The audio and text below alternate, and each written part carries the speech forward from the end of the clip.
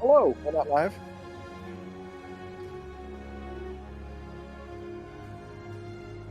Oh, I've been on mute.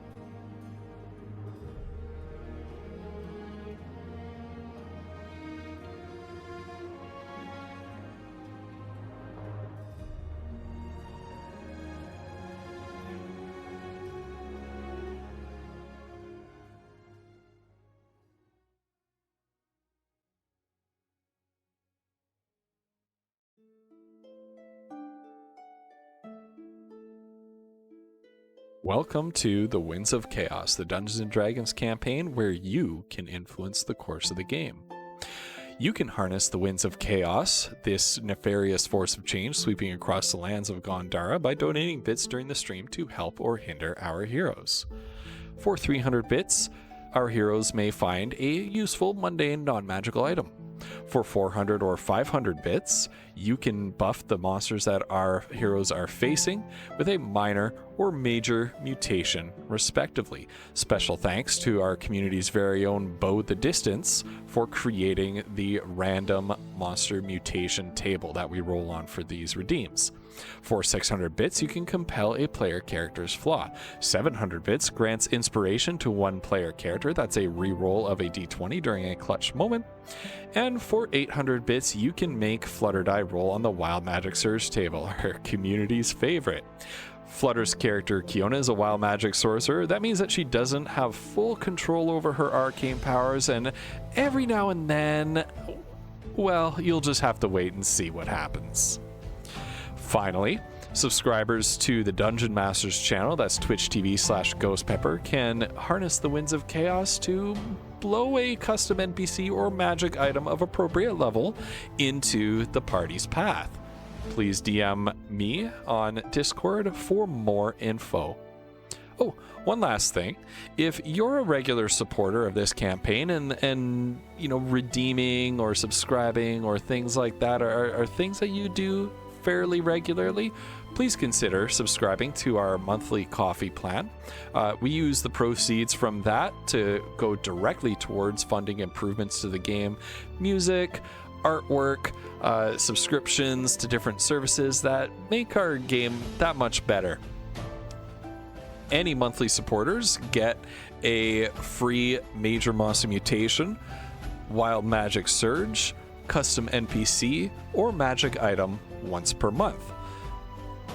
We really appreciate all of our coffee subscribers, all of our bits redeemers, and every single one of you who watches the game. Please enjoy the show.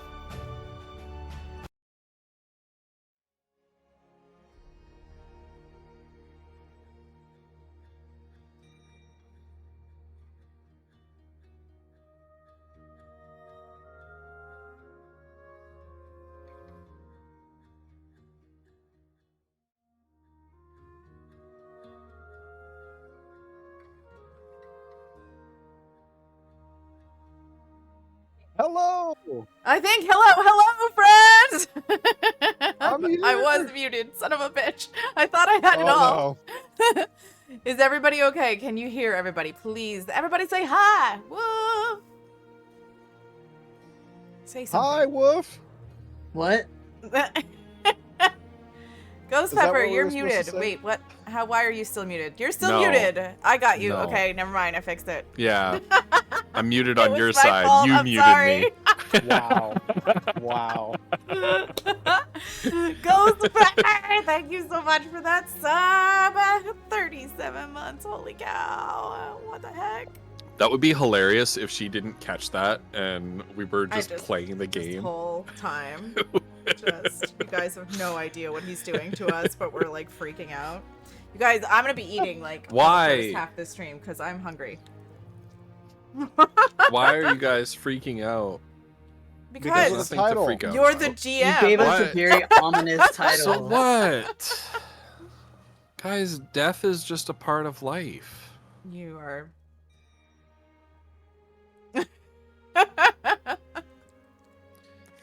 And statistics are, when you reach that part of your life, you'll probably be in a city. Right. Of the That's dead, all. maybe. That's all. You guys, thank you for being here, Striker. Tau Cape agreed. Yeah, baby. ECB! Megan's up? here! I love it. Welcome, guys. How y'all doing? I hope everybody's having a good night. Doing fantastic, actually. Yeah. I somehow feel better prepared than I have in a long time. Nice. Okay. That's scary. Yeah. Although I'm better prepared to a point. And if we To a pass point. that point, that then reminds me to eat. Eat, Striker, eat. Ain't that the truth? Look, I got home from work. I grabbed food on the way home and realized that my OBS, well, kind of maybe knew ahead of time and maybe should have prepped for it, but did not actually have the time to do so. So my OBS had like a whole bunch of missing assets for this. So it took me longer to do that than I thought. So now I'm eating now instead. that's fair. Shen, thank you That's so much fair. for those big hugs. I appreciate you. Aw. Prepared DM unheard of. Welcome, He's a Shen. mimic. Yeah, really. Oh my don't gosh. know. How about you guys? Ghost Pepper, I don't know. Woof, Flumps. How you doing? Hmm. I'm doing great. I am also stuffing my face because I just got off work. Mm-hmm. But it was good. It was a great day. Good. And thank goodness I was such a zombie yesterday. But last night I actually got a reasonable amount of sleep and I'm feeling much better. Thank goodness. Fantastic. Good for you. And That's, I'm really glad that's to good be for here. you. Excited. Yeah. Yeah, I know, right? Yeah. But yeah, I'm excited to play D&D with you guys. This will be a blast. Mm-hmm. Wolf, how are you doing? Yeah, I'm gonna enjoy tonight because I think I told everyone I have basically tomorrow my entire day is a meeting, so Yeah. Oh Mm. a God. series No of good, meetings. yeah. So I'm just gonna Mhm. No fun. Mm-hmm. Oh my take God, tonight that's and pretend tomorrow's not happening. Mm-mm. oh my word, woof! That's the title of this episode. Is your tomorrow? Oh Yeah, God. that's what's happening. It is. That's your That's what's happening. Oh, that's your no. It workplace. is. That's your workplace Yeah. tomorrow. 100%. I'm gonna have to sit in one room for 3 hours in a meeting, Mm. and I will cry. That's rude. Yikes. Oh my God. I've had a pretty good weekend. Well, Except nice. It was really rainy and crappy today, and nobody in Las Vegas knows how to drive on a good day. So Ain't that the fucking truth? That is so true. Oh my God. But no, it's been a pretty good weekend. I've never been, so I wouldn't be In able to general. tell. But it seems like the kind of city where driving would not be like a premium in terms of skill. It's I'm really, really not. I don't know, Flutter, since you live there, you may have a better sense of this. Well, that's not true. I did drive there one time. But most of the time I was in the bus or as a pedestrian, but my God, nobody could drive. And I couldn't figure out if it was just like classic California driving up to 11, or if it was everyone's gawking at the hotels and everything. Like I you know, like all the I think tourists. there's a and stuff. whole I bunch don't know. of combination of things going on. I think that a lot of the Gotcha. drivers here are from out of town in the first place, so like nobody's actually Yeah. from here. Like there's Right. when you run into a real local, it's something else. I don't even know. Like but yeah, so I feel like the combination of people coming from a whole bunch of different places, and then the enforcement of traffic laws in this town are not exactly the best. So people get away with shit, and people know they can get away with shit, and so they do whatever the fuck they want. Wow. And- There's a degree of capitulation Right. among Mm, police officers. Yeah. Yeah. amazing. So yeah, so people turn from the passing lane instead of the turning lane, you know, things like that. Mhm. You know, Mhm. good times. Sounds good like times. it's always an adventure. Yeah, for sure. Mhm. Mhm. Oh my goodness. How Cape enjoyed Right on. drawing things. Yes. Mm-mm. Yeah, Well, for friends, here we are for another. Here I'm we are sorry for to another hear week you're at not Dungeons and feeling great, Dragons. Striker. I hope you feel better soon. Yeah, I hope you feel better soon, Megan. But here we are for another week of Dungeons and Dragons. Woohoo! Gonna have some fun this week. We're moving deeper into the Elven homelands and seeing what adventures await us in there. But before we start, we have a couple little pregame bits to get out of the way.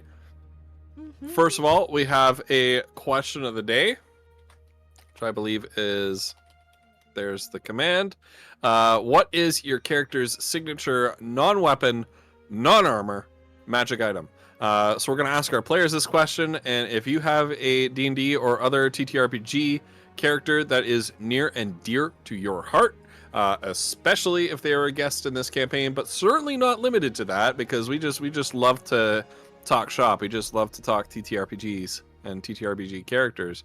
Please answer for your character. Oh, they just did. So while our players are thinking of their answer to that question, I have some thank yous to distribute. The first thank you goes to our coffee subscribers. Those are Bard Owl, Snosberries, Bruce Campbell Soup, and Pugworth. Thank you all so much for your continued financial support of this campaign. All proceeds that come from that monthly coffee membership come with a free redeem valued at or above the price of the membership.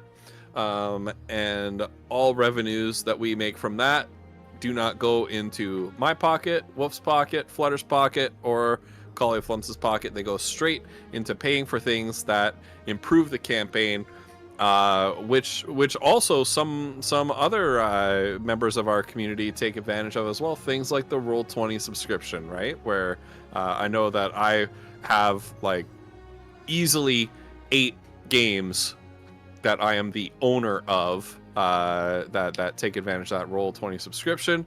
So the sort of something that we do to give back to the community, so that you could use some of those enhanced features on Roll20. We use it to commission artwork, like our lovely animated pixel art sprites that you're going to get to see during today's session, that you did see during the sort of opening waiting, like going live cinematic there, made by our friends Bo the Distance. What is that? What? I thought Talcate. Collie took all the funds. Yeah, then I put a stop to it. Yeah. Talcate Brigade. Talcate Brigade. Yeah, sorry. I was reading things in the chat. And like Bo was saying something, and I was like, what? No, Talcate Brigade made the pixel art sprites. Yeah, so thank you to all of our coffee members, and remember, if you have the coffee membership, use your perks. Some of the most fun stuff that we've had in this campaign come from some of the people redeeming some of those perks to make magic items or buff a monster, make Flutter roll on the Wild Magic Surge table, make a custom NPC to appear in the campaign.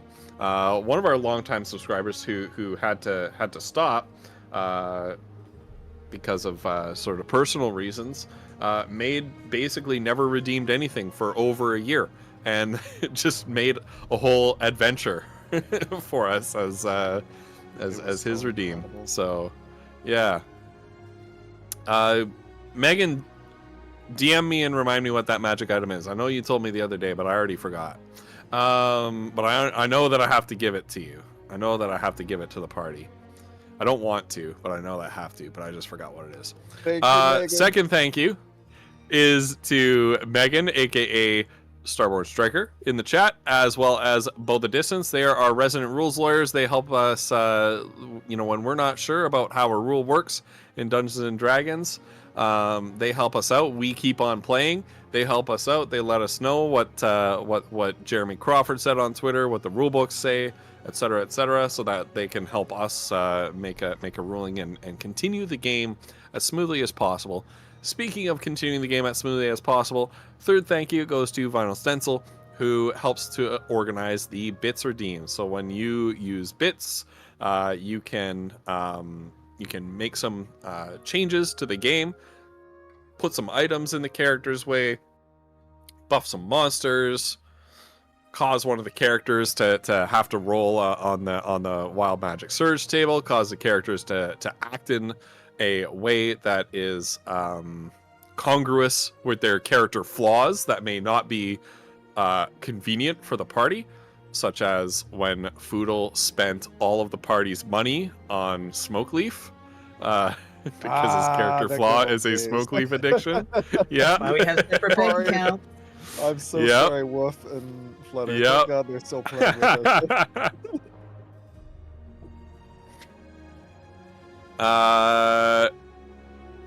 And then finally, last and most important thank you is to all of you chilling in the chat with us. Thank you so much just for being you. Thank you so much for hanging out week after week on Flutter's channel, on Wolf's channel, on Collie's channel, on my channel, while we play some D&D, and we just have the time of our lives with you. This is my favorite night of the week, hanging out with these players and hanging out with all you guys, just because you guys are you.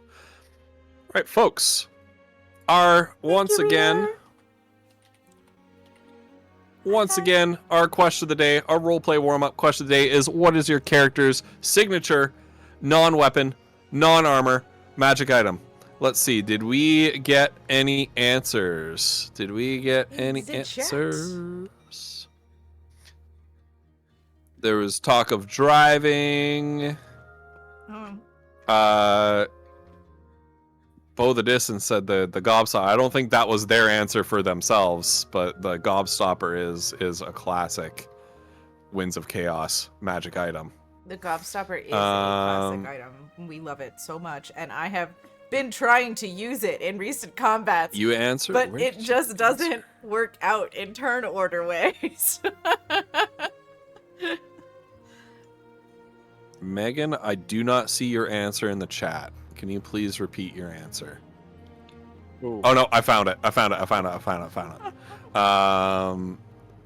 It was from earlier. Epheme's signature non-weapon, non-armor magic item is a broom of flying. Yep. Yeah. Darfin's is probably his eye. Oh yeah, that was Excellent. good. His eye. Mm-hmm. Those are good ones. Okay.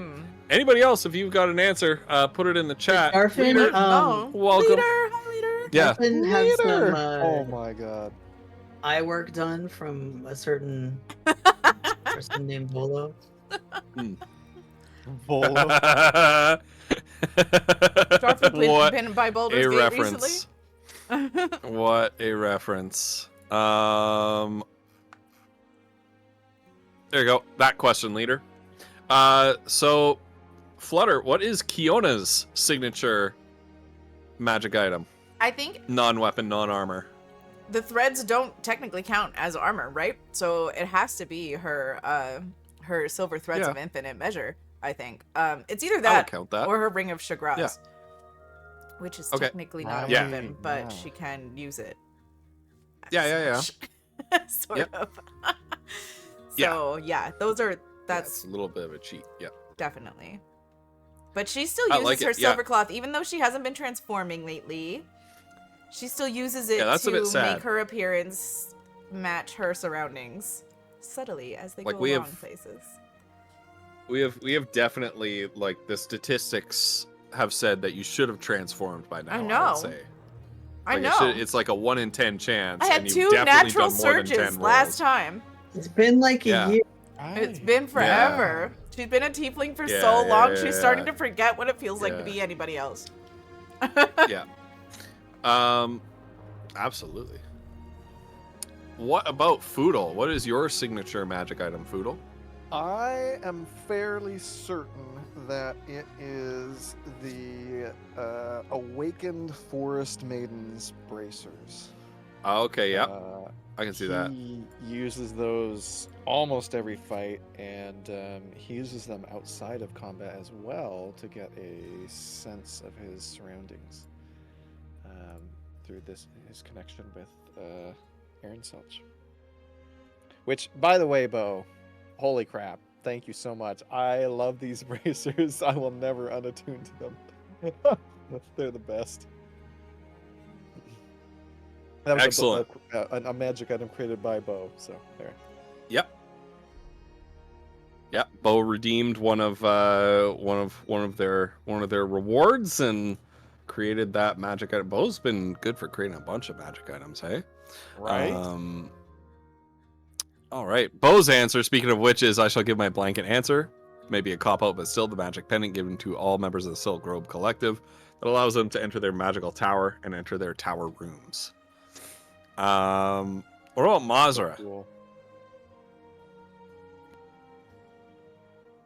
Immovable rod. Hey, I mean, we all knew. We all knew that it was coming. There was never any question. That's was there? Kiona's favorite too. Oh, shit. I don't think her arm technically counts, so.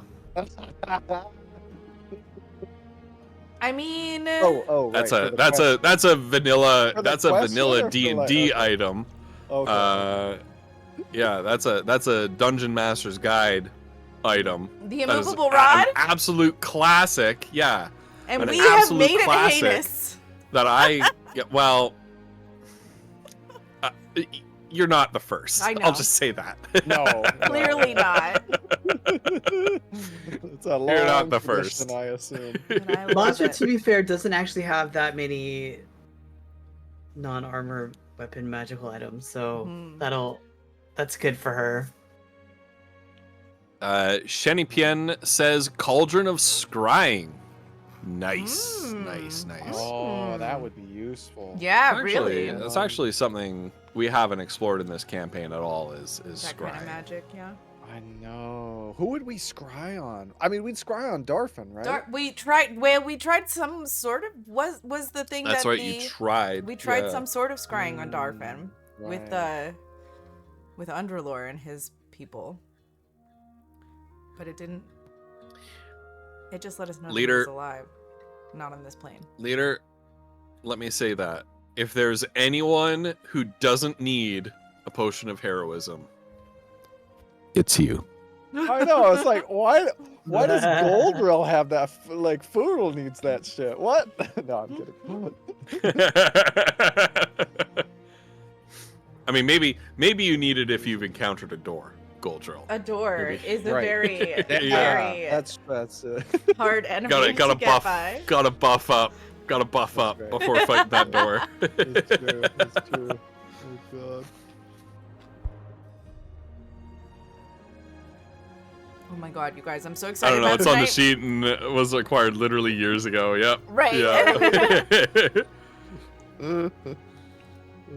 We did ask Mazra. It's true. It's true. Oh, Mazra. No, did- he's saying Mazra did the same things. Yeah, God, it's Mazra had a true. hard time with the door too. Yeah. Yeah, Yeah. yeah, true. Well, you know what? We're gonna True. pick up a potion of heroism for Mazra in the next town. That's right. Just in That way case, she can just in face case you doors run as into well. a door. Yeah. Yeah, yeah. I know the unimpressed Yoda for Mazra. What is it? Yeah. All right, folks. We have another segment before we begin. It's been a while since we heard from everybody's favorite eccentric Woods Witch, but our very own Starborn Striker has made for us a segment of Dear Ephema. So let's listen in to this. So this is a weekly segment whenever Megan has time to record. Don't mess with it. I'm trying Don't to mess with do it. the volume thing because it comes up quiet. It does come up quiet. Yeah. So this is a segment that we do whenever Megan has time. Hopefully every week. We try it every week. Where on the Pepper Patch Discord, there's a special section under the D&D category called Dear Ephema, where you can, in character or out of character, send a letter to Ephema asking her for advice or asking her a question. There have been some really good ones. Let's see what Ephema has sent us this week. Nope. Hold on. Here it is. Greetings, friends, and welcome to the Winds of Chaos latest segment, Dear Ephema, where I, your favorite local woods witch, reads everybody's letters and answers your questions. If you are receiving this transmission, please rebroadcast. I have attempted to clean up the translation program. It is imperative that I reach my superiors. The witch's communication equipment is rudimentary, but I am lucky to manipulate it as a snail. I repeat that I require immediate extraction. I will be far more useful to the cause with hands. If you cannot reach me, then you must at least be aware that the witch is currently searching for the... I believe Ephema to be largely harmless, if not entirely trustworthy. But her patron is another story. If she were to share the artifact with the Magana, whose true identity is... There's no telling what might happen. She's coming. Pass on my message. That's all the time we have this week, but be sure to tune in next week for another letter, and head over to the Pepper Patch Discord to submit your questions to me, Ephema. Greetings, friends, and welcome. Oh my goodness. Oh my goodness. Is Callum safe? Callum! Is Callum safe? I have a theory. Is he safe? Wolf has a theory. Yeah. I think is her patron the Morgana? Is that what she said? The Morgana. Morgana. The Megana. The Megana. Magana. The Okay, Megana. the The Magana is really Kiona. After her time in the Feywild, she was there 1,000 years. Ooh. Whoa. Split. Whoa. Her essence. A Kali theory. Split. A collie. A Kali theory. Well, leader, obviously you would remember Ephema. But yeah, she has a snail named Callum, and oh god, there's so much lore about Callum now. Yeah. It's just great. Yeah. Anyway, so that We was did really a was it for Megan's birthday? Mhm. We did a narrative telephone because during the lockdown, that's what the Critical Role crew did, and Megan loved that series so much that we did a little bit of a narrative telephone, and I started it off with the revelation that Callum, the snail with the bad attitude, is actually a spy who's been polymorphed into a snail to spy on Ephema. And he wants we were all out. like, what? He's like Jason Statham. Yeah. It was But so each one of good. us got like less and less of that story as it went along, and it was just down Yeah. to curious secretions at the end. Yeah. Yeah, I remember. Oh I my remember when goodness. you guys first had this idea. I was like, "Oh God, this is gonna be, oh no, like I'm gonna be in so much trouble. Mhm. And then I got the video, and I'm like, okay, I'm like desperately trying to remember everything, and then it stretches on into like the 4th minute, and I'm like, I'm Yeah. fucked. I don't know what anything. I don't remember any of this. Oh God. Anyway, Why is it it's so just long? incredible. What are we Yeah. doing? We should do another one of those sometime. We should do another one of those sometime. God. That would be a lot of fun. If you've never watched the Critical Role ones though, the original story that I did was like fairly short compared to some of the ones they do. Like they'll do they'll do like an 8-minute original video, and by the end it's like 30 seconds. Good It's Lord. Holy shit. You have yours written out, Bo? That's right. We kind of spitballed doing another one, and we were gonna have you start. Oh my goodness. We need to do that. We need to get on that. Let's do it, Yeah, yo. We need to Let's get on just that. do Yeah, it. we need to get on that. Okay. Bo, DM me on Discord.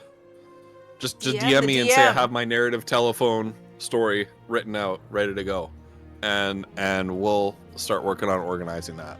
Mhm. But if I make a mental note to myself to do that right now, it'll just get lost. It'll just disappear. So, friends, who's ready to play some D&D? Can I I'm ready. real quick? I'm just gonna step AFK, but I can Yeah. still hear. I'm just gonna put the stuff in the Okay. fridge, so it's not like. Okay, then I won't ask you to recap Flutter. Thank you. I'll ask Cauliflumps to recap this time. Cauliflumps. Okay. Oh shoot. It was a couple weeks ago. It's a little while ago. Let's see.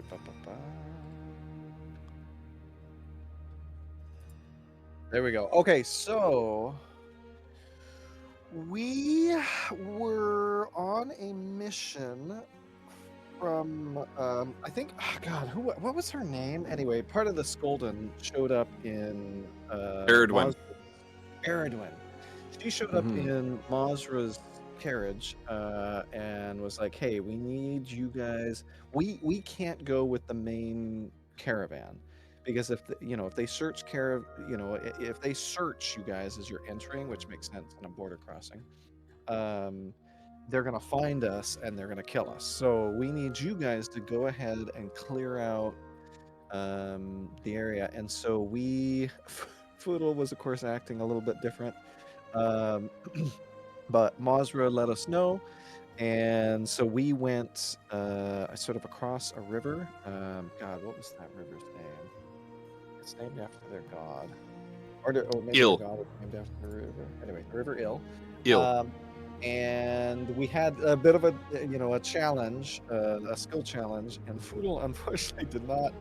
He was not himself, it seems, and he was not really contributing, unfortunately. But thankfully, Kiona and Mazra are amazing, and so there was a bit of a kerfuffle in some ruins ahead that Foodle had noticed, and thankfully the enemies were not, because of Foodle's failure.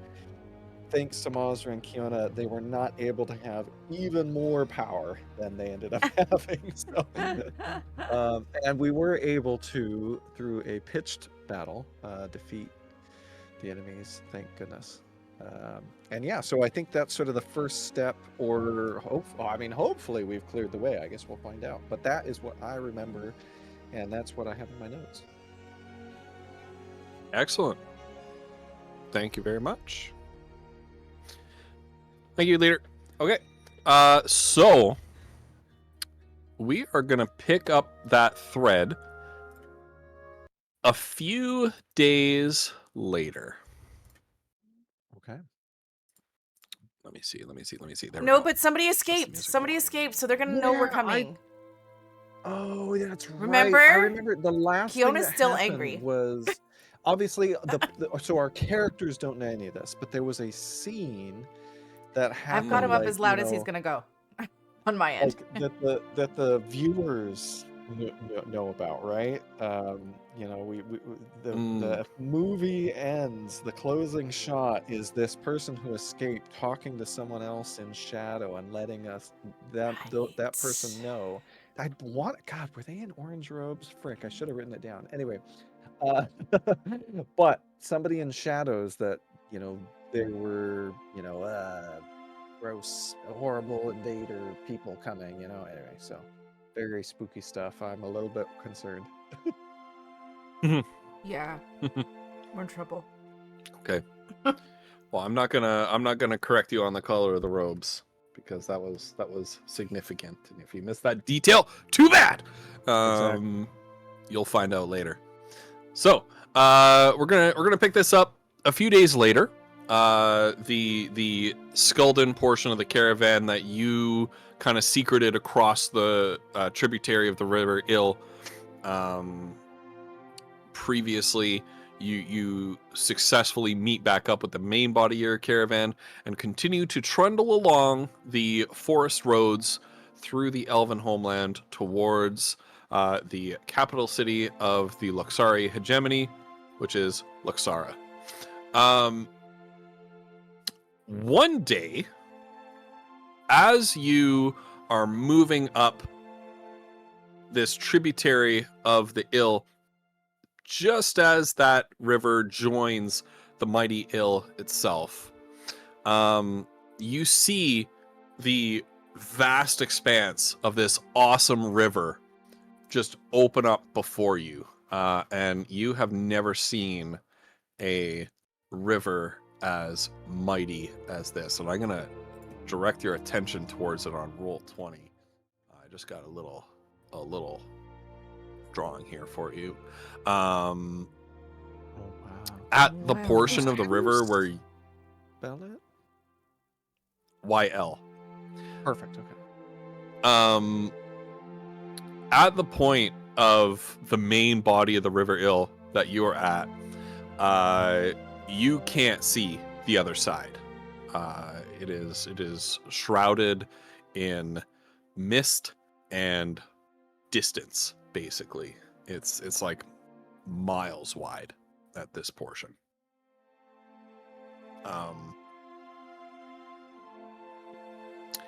At this point in your journey, you kind of start to cut across,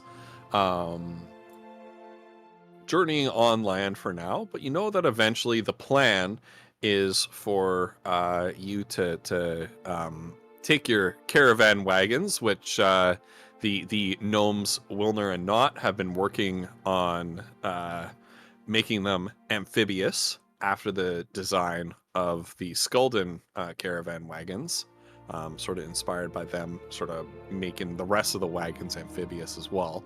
And then you're going to eventually cross the river in order to get to the opposite bank, which is the side of the river that Luxara is going to be on. However, for now, Wilner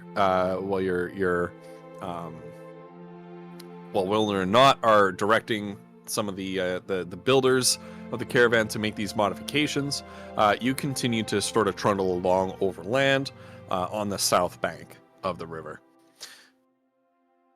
It's at this point, one morning, that the whole party is once again approached by Caradwin, the sort of field leader of the Bastard Brand, which you have come to know as sort of an armed militia of the half-elf Skulden people to defend themselves.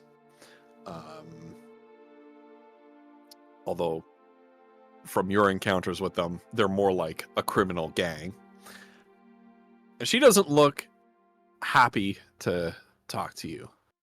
In fact, she basically stomps up to where you three are hanging out outside, kind of muttering something in Elvish under her breath. Hey, you three? Yes. Hello. I've got another job for you. All right. Oh, Believe me, I don't really think we should be trusting you with this, but the powers that be say otherwise. Mm.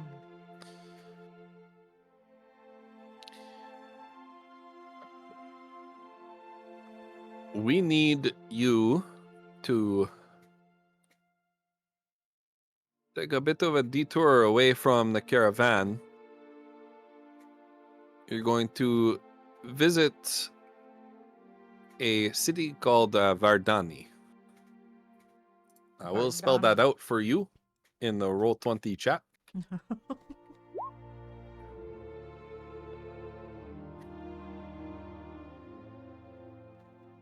There is an artifact there that my leaders need to have in our possession before we reach Luxara.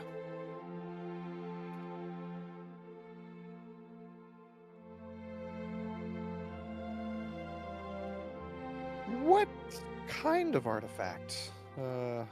So just so we make sure that we get the right one. Honestly, I'm not sure. I wasn't told. I was only told that you would know it when you see it. Okay. That the master of the Great Lighthouse in Vardani will be expecting you. Kiona will be shifting her look between Caribwin and Mazra. And like, cause she doesn't trust them necessarily. So she's just watching Mazra to see what she does. Ghost, point of clarification. Oh, go ahead. No, you go. This doesn't matter. No, go. No, I was just saying Mazra just seems unsurprised. Hmm. Did she say master of the lighthouse is expecting us? Yeah, the master of the lighthouse. Okay. And do you happen to have their name? Or maybe we'll get that when we get there. I suppose you'll get that when you get there. All right. I don't know. I've never been to Vardani, and I never plan to go. Why? Oh, yeah. What's it like? Oh, well, it's a sort of a strange place, from what I've heard. All right. They call it the City of the Dead.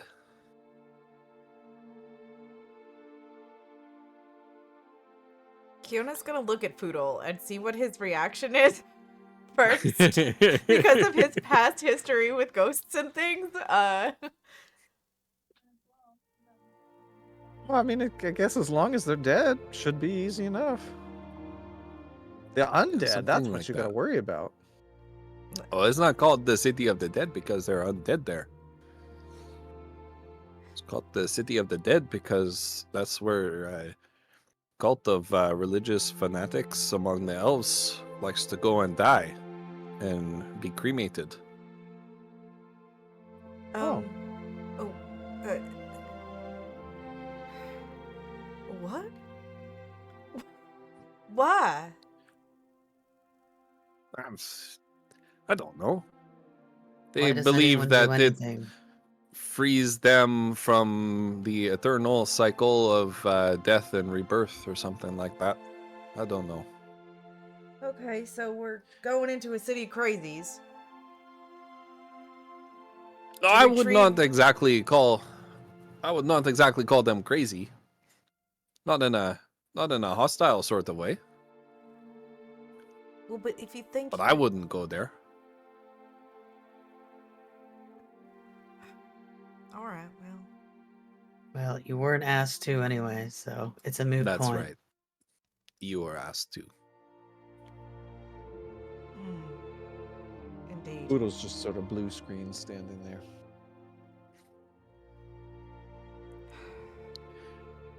Anyway, you're going to borrow the artifact from the master of the lighthouse. That's not a euphemism for stealing, by the way. If I wanted you to steal it, Thank you for I would tell you to clarifying steal that. it. But the act of borrowing this artifact requires the borrower to overcome a great trial. What sort of trial? This trial, well, I'm not exactly sure. But what I've been told is that the trial is very unsubtle. And so it should be ideal for you.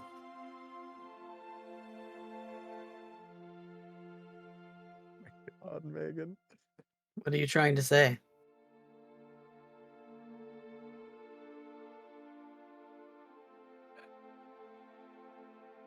She doesn't take the bait. She just grumbles something under her breath. How far away Fool. is it from here? Oh, it's a few days further up the river. You'll have to cross before the rest of the caravan. You can borrow one of our wagons to accomplish that crossing.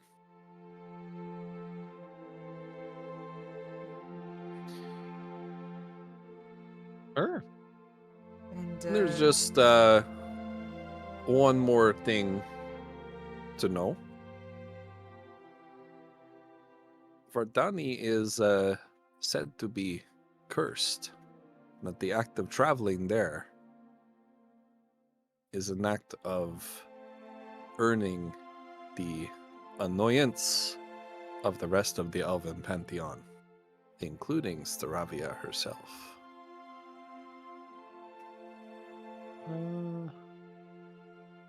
But you are not elves, so it doesn't matter, does it? Right. I don't think Stravia likes us anyway. you don't think any god likes us? No, they're all lazy. Wait, what is we don't know about Erin Selch? Is she one of the elven gods? She seems like she would be. She is not. She's No. not. Oh, thank God. Okay. No. She's a god of nature who historically has been tied to like the history of elves in their forest kingdom and things like that. But she is not said to be an elven goddess herself. Okay. Well, I suppose there's nothing to worry about then. You absolutely need this artifact.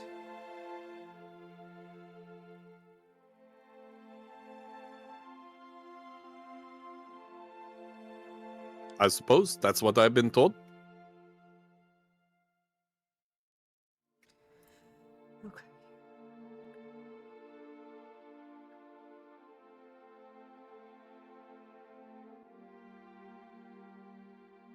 Well, I guess there's nothing for it. I think we need to get ourselves some healing potions first, though. Oh, That I think there will be any kind of trouble along the way, but just in case there is, I think we're low on them. I know we're There's low. always trouble along the way. There's always trouble. Are we low on them? yeah. Yes, it does Ah. seem to find you, doesn't it? Well, I'll be seeing you. Okay. And Caradwen turns around and walks away. Oh, I forgot to ask this, but we were able to get a long rest, right? Yeah, we've been traveling. So. Yeah, Okay. yeah. You've been traveling, so you got a I long just hadn't rest. done it at all, so I was like, "Oh, I have like 1 hit point. Great."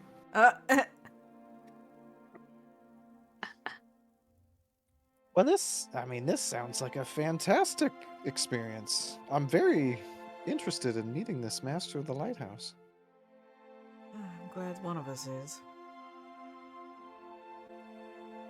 I don't believe I've ever been to a lighthouse. think we have been to a loud house now that you mention it. Yeah. I don't think you guys have been to the sea in this campaign. I don't think we have. It's potential that none of us have ever seen the sea, actually. I think the biggest body of water we've seen is that big Is the- lake. Oh, yeah. Yeah. Oh yeah, the Yeah. Dwarven Lake, right? Yeah. I don't know if it's Dwarven Lake, but the big lake by the Dwarven Yep. Kingdom. Yeah. um. Well, you ask a dwarf, and it's a dwarven lake. Yeah. Well, exactly, right. Um.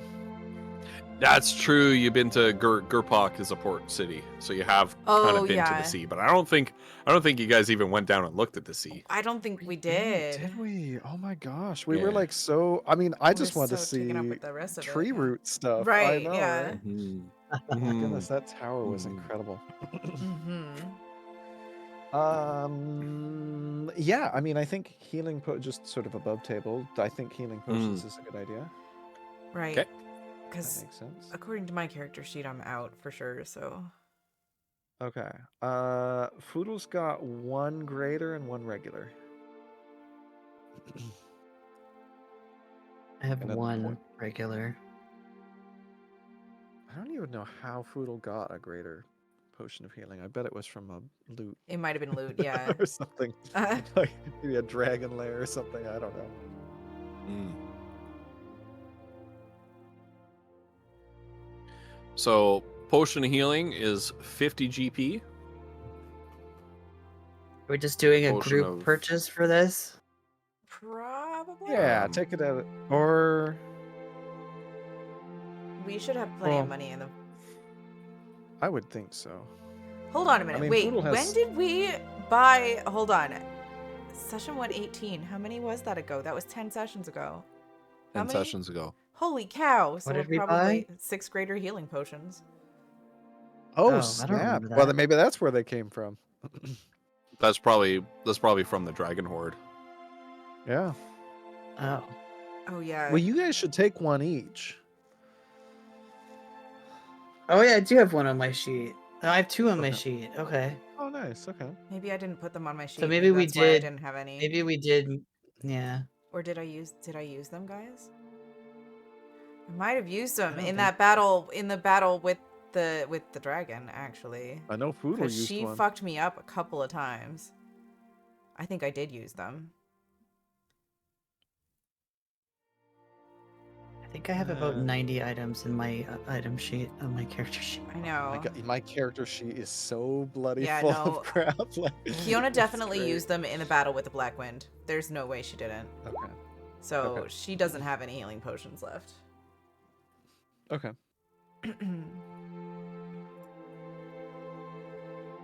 Foodle has a dollar store gold star that he earned after having studied herbalism kit proficiency with Andrea Pantalonia. That's amazing. Yeah, I'm keeping that forever. That should give you like a bonus on like constitution checks or something. I don't know. Should I just get 2 potions of regular healing? Or should... I don't want to spend all that money. Or maybe one of each. Oh yeah. Well, how much are the graders? Because the thing is, we have a dragon sword worth of money, and a regular potion of healing is not that useful. It's not super mid-combat. useful, yeah.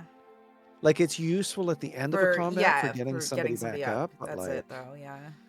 yeah, because like enemies are dealing so much damage at this point, we need the bigger ones.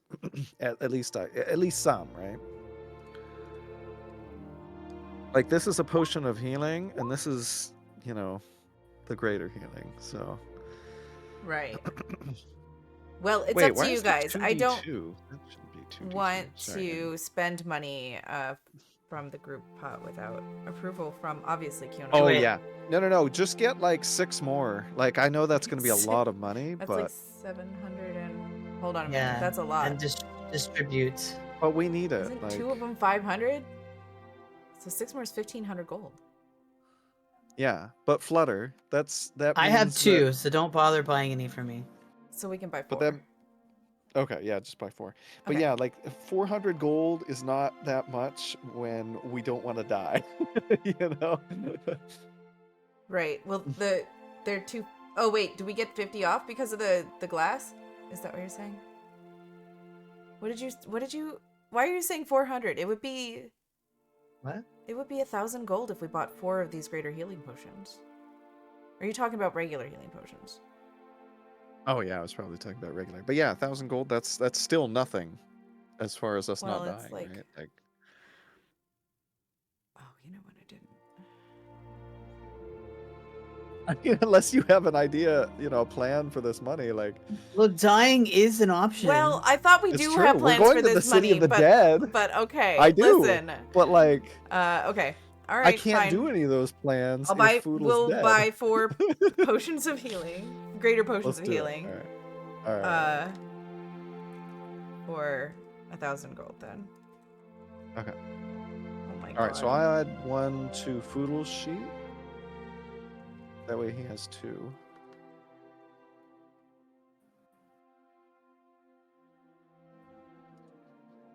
And Kiona Okay. I'll add 2 to Kiona's as well. I know exactly, Megan. That means Mazra gets 1? Did you just add 1 to yours? Yeah, so Mazra gets 1. I can add 1, yes. Yeah, okay. Yeah, I only added 1. So that's all 4 of them accounted for? Perfect. Okay. Yeah. Thank you, Flutter.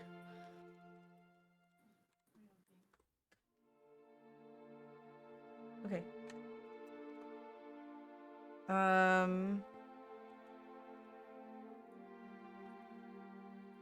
Ooh, Ghost Foodle's gonna buy some nets. 'Kay. 'Cause he's running low. For I think his they're like overpowered net gun. well, I mean, yeah, it might be overpowered, but it's just for flavor. Like he's got to use his what are they? Superior. Oh, I know. Okay. Yeah. Just so the people in chat know. I know the but- gun, the net gun part, the gun part of the net gun is only for flavor. Yeah. Yeah. Which it doesn't have to be. Sorry. Oh, you're fine. Go for it. Overnight, before we go anywhere, Kiona's going to attune her ancient book to memory into insight, history, and religion.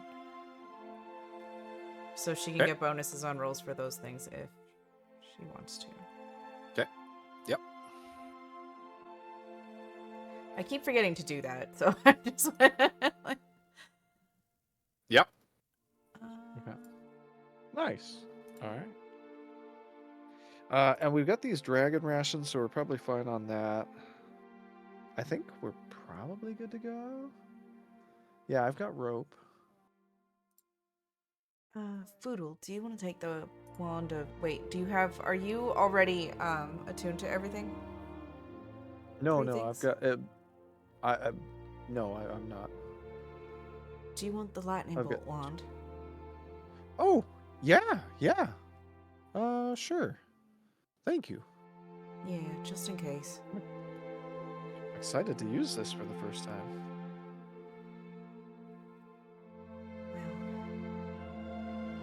Well, figure at least one of us should be able to use it.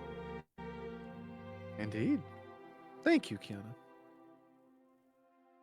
So Foodle will spend some time attuning to that. For his 3rd attunement slot. And as far as I know, Foodle's ready to go.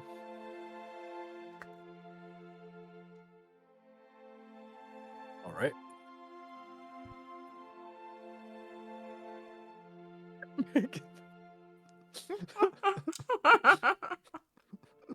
Oh my god.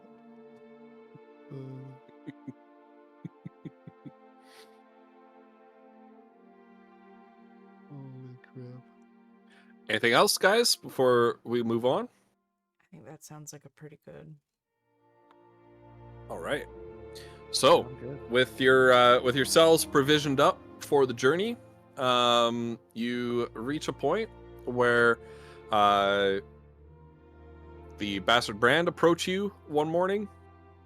Soon after that, with one of their wagons all emptied out, ready to make the river crossing. You load yourselves up into this amphibious wagon and set off down the river. You're instructed to allow the current to carry you a little bit. So you sort of cross the river in sort of a lateral fashion, letting the current carry you forward as you cross. It takes you quite a while to cross the river, and there's one point where you look back behind you and you can't see the opposite shore. You look in front of you and you can't see the shore that you're headed towards.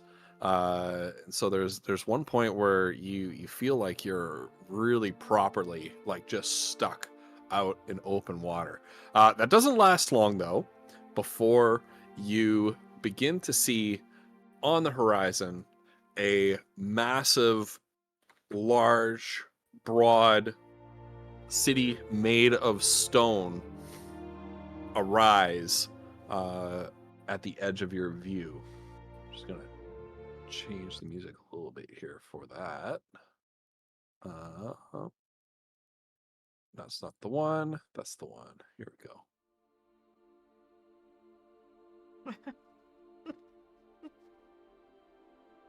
Stop it, chat. It's Just- massively rising in front of us. Absolutely, I'm gonna freaking. We know what the real artifact is, don't we? Stop it. That's right. Stop Uh-huh. it. Okay. You approach, and the city. Oh my god. The city kind of looks like that.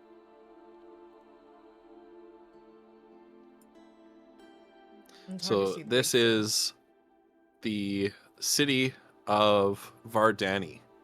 More or less. This is just like a depiction of, approximating what you see. Yar! With Quite a these- sight. It is something else. She looks at Foodle with confused, like, what is going on with Foodle again? Onward, mateys! To the city! We shall plunder! But, well, no, what, does Kiona know what plunder means? Probably. I don't think we're doing that. I don't think, We must find the artifact, Kiona. well, yeah, but we don't, they said they were not, Artifact! not stealing it. Huzzah! Mazra. Fine, he's not hurting anybody. Yet. I just thought it would be fun. So Mateys. Well. She's starting to think she So- might have regret that. so Look, we know now Mazra's she'd be the kind of parent who'd just like be like, hey, let's let them do whatever they want. Oh my God. So it Fiona's starts to get glad I'm late not gonna have as children. you cross the river, you're approaching the city by night. And at first, you believe that you see the sun rising on the horizon, but it's hours too early for sunrise, and it's coming from the direction of the north, so the opposite shore. As you What is that? approach closer, you see that what you are seeing is not the sunrise, but instead a line of bonfires stretching across the city's great stone quay. The stone river wall is packed with hundreds of funeral attendants, and you begin to hear a heady symphony of mournful wails, celebratory songs, and holy chants. As you approach closer and can get a better look at the city's stone blocky architecture with resplendent arches, stairways leading down to the river, the stone river wall. You see stone and bronze statues of lions perched up on top of buildings like gargoyles, many lining the stone quay down by the riverside.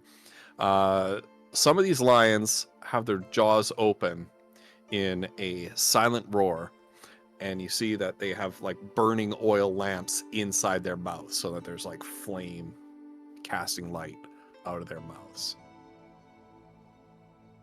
All over the quay is just crowds of people gathered at various simultaneous funerary services that are happening. Wooden pyres stacked up high, on fire, as the bodies of the deceased are being cremated. Their families surround them in various states of mourning, celebration of life kind of stuff.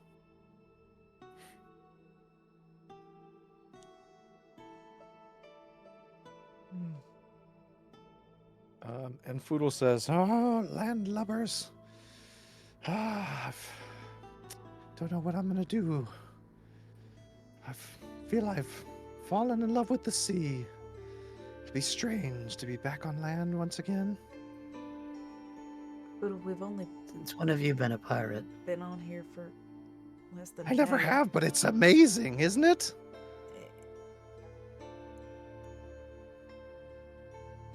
It's just a river crossing, Foodles. Not. It's so much more, Kiona. It's so much more. But we've battled on Oh. ships before. Yeah, but I don't remember that. Okay. This is Well, my first time. okay. Well, I guess enjoy it then. Just don't be shooting nobody without asking first. How about that? Right. No, of course. No, I mean, I'm not. Can I be honest with the two of you? Yes. I'm not a real pirate. I'm just, You don't say. yeah, it's just, I thought it'd be fun. And All it right. was. Okay. Well, good for you. Poodle, Hmm? live your truth. Thank you. See? Thank you, Mazra. Mateys. Well, shall we? We should find. I mean, Ghost. When Foodle looks around, does he see anything resembling a lighthouse? You might have described that. I was trying to. Take Yes. notes. Okay. The city is sort of built up in tiers. We've got sort of a riverside tier, and then there's like lots of massive stone stairs leading up, winding roads for horses and carts and animals and things like that, to go to sort of the different levels of elevation in the city. And then up at one of the upper levels, you see a large stone tower rise up from the rest of the city, and a bright ray of light sort of beaming out and sort of strobing around, much like a modern lighthouse might. You expected to see like a big bonfire or something, but that's not quite what you see here. It almost looks like a ray There- of sunlight. There be a tower. Well, it Be that does- the object of our search. It does have a light at the top, so I guess that's probably it, huh? She'll look at Mazra. Let us set sail. Seems logical. Should Uh, probably is- find a place to park this thing. Right. Is there some kind of port of entry here that we're looking A at? birth of some kind. Yeah, you see lots of little docks a little bit further away from the stone quay and where all the funeral processions are happening. A little bit past that, there are a bunch of docks. There's a pier where you can park your boat.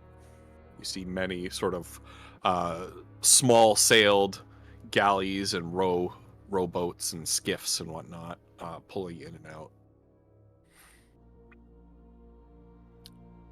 And when you park there, you're directed in by a dock worker who is waving a red flag at you, kind of directing you in. What and does the then- population look like? Is it mostly elves or It's all elves. Yeah, it's all elves. cool?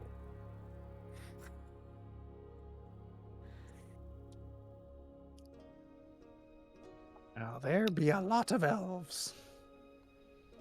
Right. You are in the infamously xenophobic elven homeland, Right. after all. But we stick out like a sore thumb, so just keep your head low.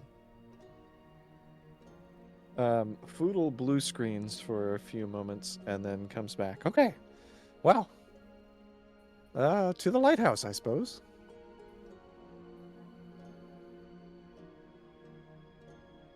Right, and as you disembark from the boat, grab your things. You head off.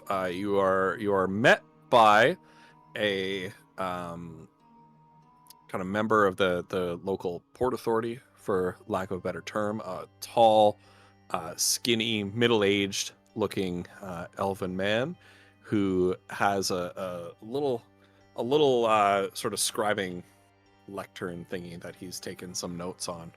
Oh, hello, outsiders. It's a rare sight in these parts. Hello, my name's Foodle. Indeed. And he kind of scribbles something down. And your two companions. Foodle looks at his two companions. I'm Kiona. Kiona, yes. And you? Masra. Masra. Could you spell that for me?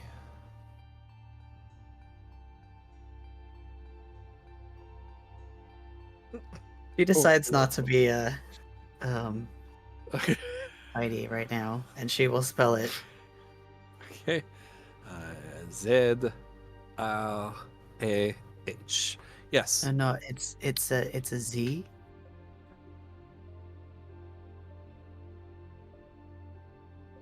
I'm gonna give you anti-inspiration. I'm just, you keep that Don't up. push your luck, You Wolf. just- Come on. You just keep that up. You just keep that up. What are you doing to us? You just keep that up. See where it gets you with me. Wolf is not right. Wolf is not right. Bo's Canadian. They're on my side. Bo, keep track of that. Anti-inspiration for Wolf. No. Oh my goodness. I think, is this right? I believe the master of the lighthouse is waiting for us or something. Oh, is that so? That's why we're here. Well, how long do you plan on staying in Vartani? Only as long as we need to. Not too long. That is certainly a circumspect answer. Days, week, No month. more than a day or two, I assume. I see. And will you require accommodation?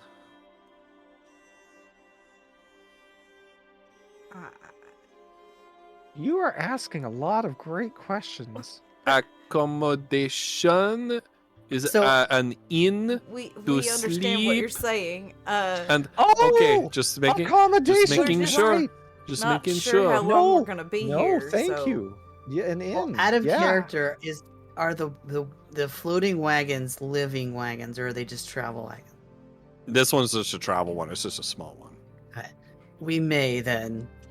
So if you can give us some directions, that would be most welcome. Yes, well, I will recommend to you, and he scribbles something down on a piece of paper and tears it off and hands it to you. The House of Night is a good choice for travelers such as yourself. 12 silver pieces per guest per night. Get a comfortable night's rest there. And it is honestly probably your best bet as outsiders. Oh, well, thank you. there are people in the city who are more or less quite welcoming, but some do not take kindly to unfamiliar faces. Oh. Well, is there a way through the city that you think we should take to get to the lighthouse to meet the master there?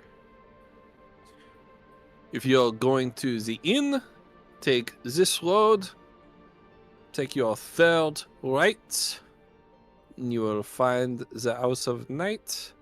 That way, can't miss it. If you wish to go to the lighthouse, continue up that road instead. Up 3 flights of stairs to the upper district. And you should have a good, clear view of the lighthouse from there and can make your own way easily.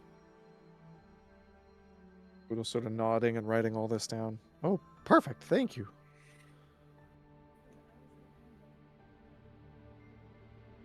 All right. I suppose we're off. Indeed. It was I a ask pleasure. you something. Oh, Yes, Just out of curiosity, how did this city get its name? that, I am afraid, is a secret that is lost to time. Vardani was given its name as the myths go by the patron god who built it, Melikos, the elven god of fire and death. oh. It sounds scarier than it actually is. Sure. Well, thank you. I appreciate the insight. Yes, well, enjoy your stay.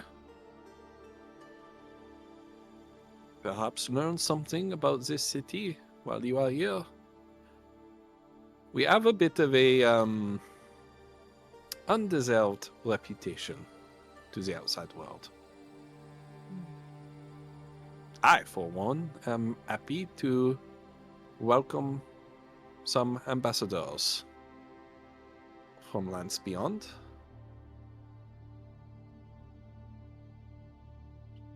I don't know what that means, but I don't we're, imagine we're that many glad to people be will here. will happy to welcome us. I would not be so sure. But some, yes. We'll take your words to heart. Thank you.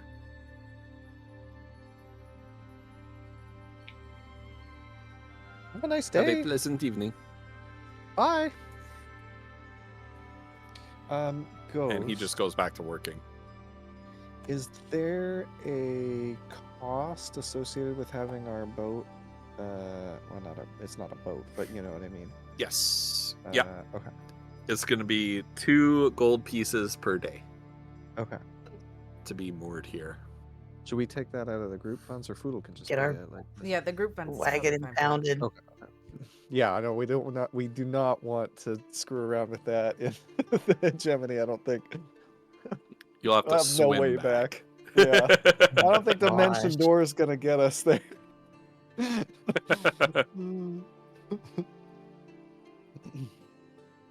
Yeah, I think that's where that outsider stuff's coming from, but oh shit. Maybe. Thankfully we can afford it. All right, so Ghost, what the sense of time that I have is it sounded like this was sort of evening. Yeah, it's like middle of the night. Oh, It's middle of the night. yeah. Oh my god. Okay. Yeah. Okay. Well, in that case, yeah. I mean, Foodle didn't know the word accommodation, but I guess Poodle. we should probably go to the inn. Yeah. Can you tell me the definition of the word ostentatious? Is that a word? It sounds like you sneezed. It is a word, but you seem to be back to your old self a little bit more. Yeah. Yeah, I'm feeling. Yeah, I feel like some of my memories are coming back, and. Oh, Are you it's feeling nice. all right? Yeah. Yeah, John. I think he and I I'll be right back, we get too. along well. Talk amongst yourselves. John? Who's John? Yeah. Oh, John Starman.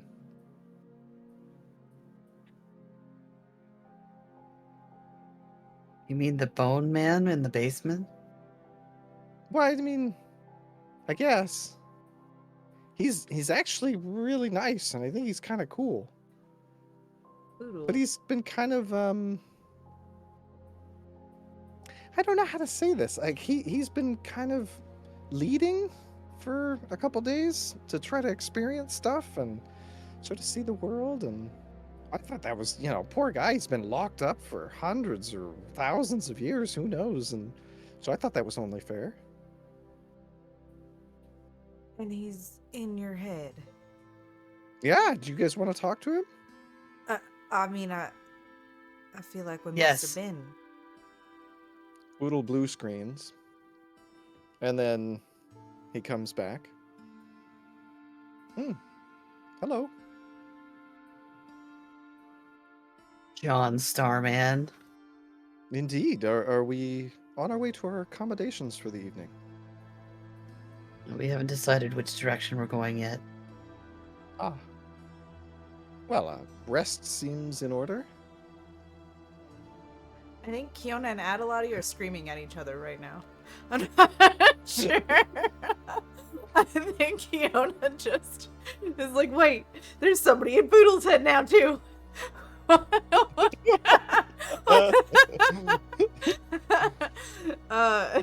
Maybe freaking out a While little you're bit about that. here, Hmm? while you're here, is Foodle aware of what's going on?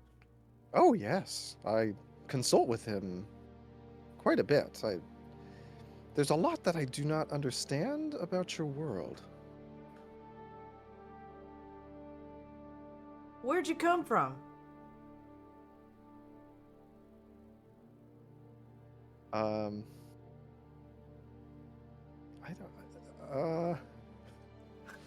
don't know if I have an answer for you. Go Striker. Striker, From maybe Corus, Striker, yes. Can somebody- Striker, yes. So, can somebody catch me up on what just happened? Ah, Poodle, so yeah. so Mazra, I guess sort of noticed that Foodle seems to be himself again. And Foodle was like, yeah, it's nice. John Starman, he's a nice guy. I think what he said was John's a nice guy. It's nice. To Yeah, get to know yeah, him." you get along with John. Yeah, I heard that Yeah. part. Oh, okay. That's it. And then they were like, wait, who's John? Foodle's like, well, it's John Starman. And they're like, wait, the bone guy? And he was like, yeah, And he wanted to experience stuff. And, anyway, so Foodle just told them, like, that he just let John Starman drive for, a week or so. Oh, you just let it slip, just casually. Yeah. I love it. Yeah. So Kiona just had an internal screaming Yeah, so conversation Kiona's, like, with losing it. Adelati because now there's somebody in Poodle's head too. And there's Yeah. Adelaide's just in your head, like, what the hell? What the hell? Well, I don't know what to do And now. so after this, Mazra was like, well, wait, can we speak to him? And Fool was like, sure. And so he blue screened, and then now they're talking to John. Okay. And they asked John where Where he's he's from. And don't know if I have a good answer for them. You don't know. John doesn't know. I apologize, but I truly do not know. course you don't. Interesting. Are you going to be a permanent guest?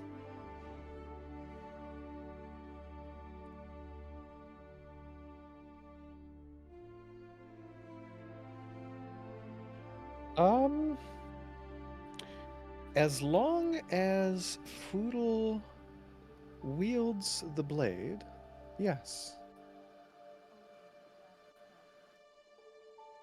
You mean you travel with Well- a knife? I am the knife in many ways.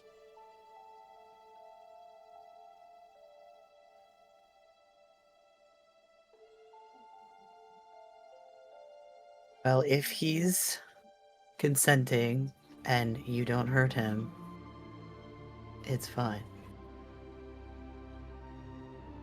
I consult with Foodle on a regular basis. It is part of the agreement that we arrived at. He consented to me exploring and experiencing things at my own pace as long as I checked in with him about important decisions. Did he tell you that shooting people is important decisions? He did, Okay.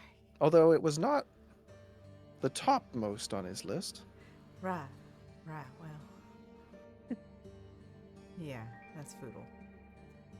He does like shooting people. Yeah, there was a lot of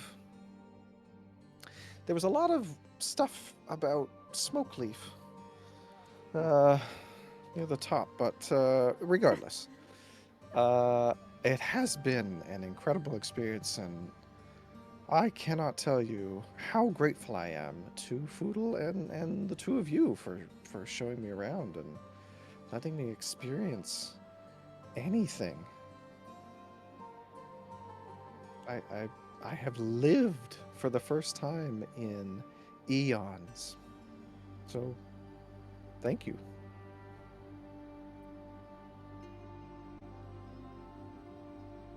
Oh, you're welcome.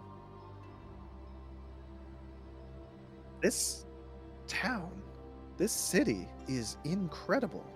I would say ostentatious, even.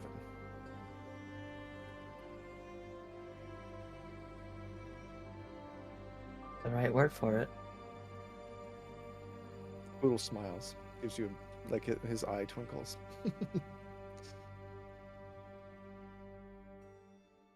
Right, so you guys can just swap whenever you want to now. Indeed. But I must say, these experiences, I've never been in a place, or if I have, I certainly don't remember it. A place like this. This is incredible. It is a very strange city. None of us Indeed. have been to a place like this before. One thing that Foodle has been thinking about is his own mortality. My impression is that he has not truly considered it until now. He's always taken for granted that he would be buried in the forest, like most forest gnomes, returned to the earth, but the notion of escaping this cycle of reincarnation through God, what's the word? I'm Cremation? blanking. Thank you. Through cremation, it's dumbfounded him, for a lack of a better word.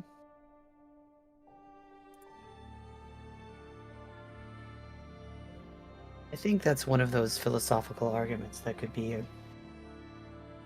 I mean, how's to know that it's true, or is it based on what you believe? May I ask, when the two of you go, what would you like done with your remains, if there are any?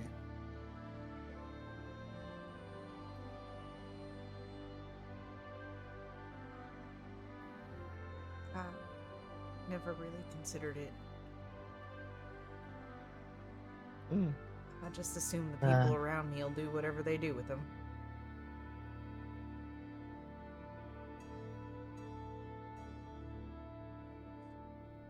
Fire seems good. I don't know if I can die, but if I ever do, I would love to be shot into the astral sea. I think that'd be fascinating. Well, if we can find a way to do that, I'll keep that on the list. Just a knife floating through space. Thank you. Yeah. Oh, God. Well, to the inn. Right. Yeah, is it evening by now, or is it like It It's was the middle of the night. It's the night when we got Oh, here. it's middle of the yeah. night. Midnight, yeah. Sorry, I herped Yeah. for a second. That's okay. idea. But Yeah, we go to the the city, like, plenty visible in the city. Especially down at the quay, it's like there are so many fires that it's practically daylight. But as you move through the city, there are various sort of long burning oil lamps lining the streets. Melikos being the god of fire, who is the patron god of this city. There are like bronze braziers around, torches, lanterns. People have like campfires in the front yards of their homes. Most public buildings have some sort of like oil fire basin out in front of them. And there are, of course, the statues of lions that are everywhere in this city, and you see lions as a motif all around. Many of them breathing fire in sort of artwork, like paintings and stained glass windows and whatnot. Some statues that have like the jaws open have like little oil lamps embedded in their mouth, so it looks like their mouths are actually like on fire or producing flame. Flutter, question. Would we have ever seen a lion in any of our lives? I think not, right? So we've got Nope. no Okay, earthly 'cause- idea what those creatures are. Okay, good, because Foodle was going to ask, I apologize, I've noticed a bit of a pattern with this creature, and he'll gesture to the nearest lion. I don't have any idea what such a thing is, do either of you?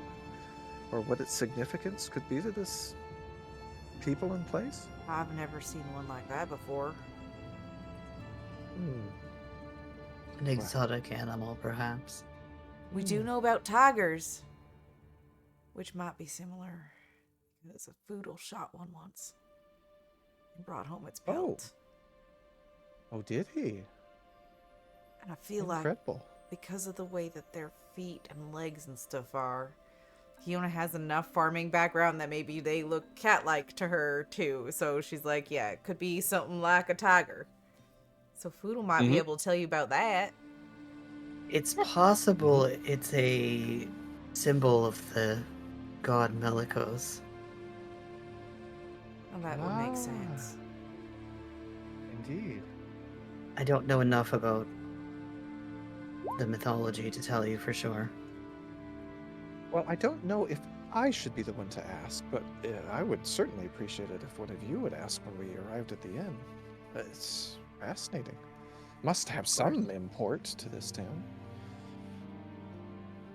Of course, don't censure yourself on our account. Well,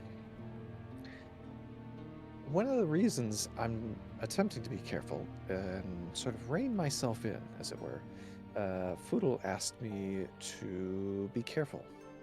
I don't want to get Foodle or any of you in trouble here. Wise. So I may very well censor myself, but I appreciate the thought. Of course. Right.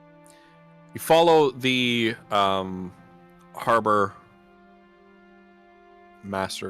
port authority person's directions up to up the road, up a set of stairs, and then you take your third right onto another street. And sure enough, the House of Night is unmissable to you. It's not a huge tavern, but it's a large one, certainly a large inn, 3 stories, tavern, public house on the bottom story, rooms on the second and third level. There's a large garden with some tables that are full of patrons and revelers outside, fenced in with a wrought iron fence, and the gate sort of leading into the garden and therefore further into the inn is flanked by 2 bronze lion statues, each with fire guttering in their mouths. The tavern is quite busy. There are patrons moving in and out, all of them elves, but you can tell from their clothing, their style of dress, that they come from many different social classes and most likely many different parts of the Luxari hegemony, not just in Vardani. As you walk into the tavern on the bottom floor, you see the innkeeper, a young-ish elven woman, I would say, like, equivalent 30s, behind the bar, serving customers, various drinks, mostly wines and whatnot.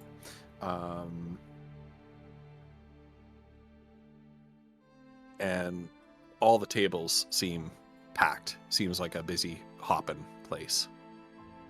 And it's basically all elves, or it's all elves? It's all elves. Okay. Yeah.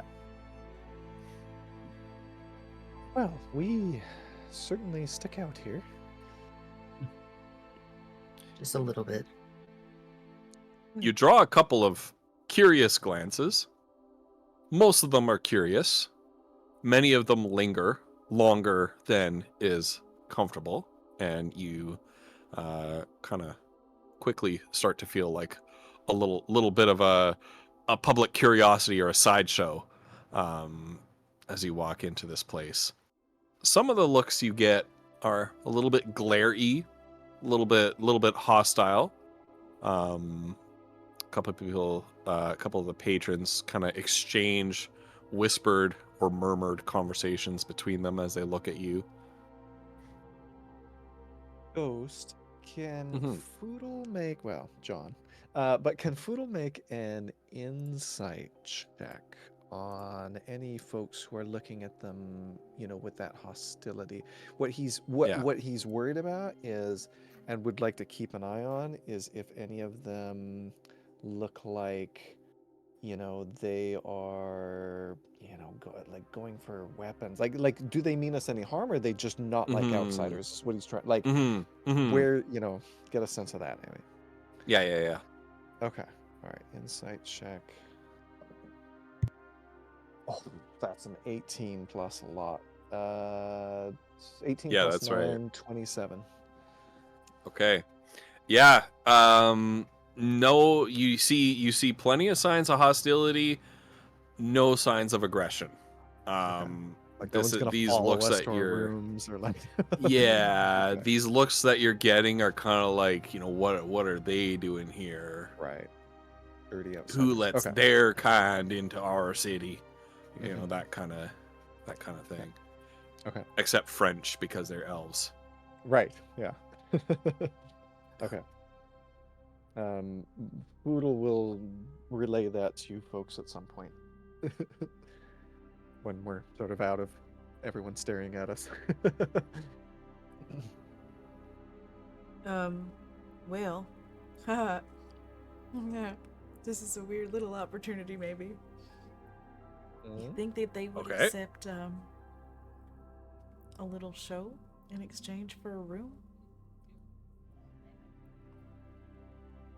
It's certainly worth asking, I suppose. Unless there's danger in such a I query. mean, I don't know. Do you think it would just make some of these people mad? Kind of, Kiona glances around and looks at him a little bit. She's not sure if she could make friends or worse enemies. by trying. Roll insight. All right, she's gonna use because she did prep the book for insight, so she's gonna use it. Oh, nice. Insight.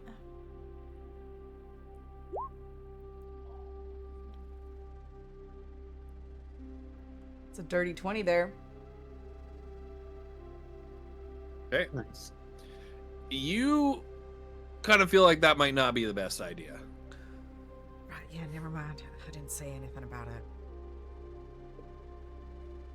Yeah, you're a bit worried. There's definitely, like, I would say you get the impression that there's a good, like, 80% of the tavern's patrons who would be okay to delighted over it.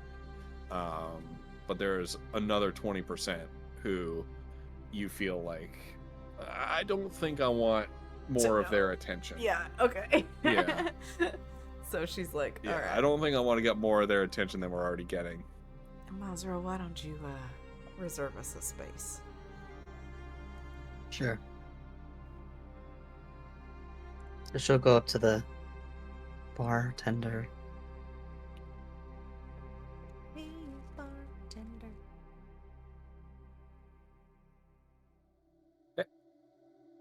Sorry, I was just...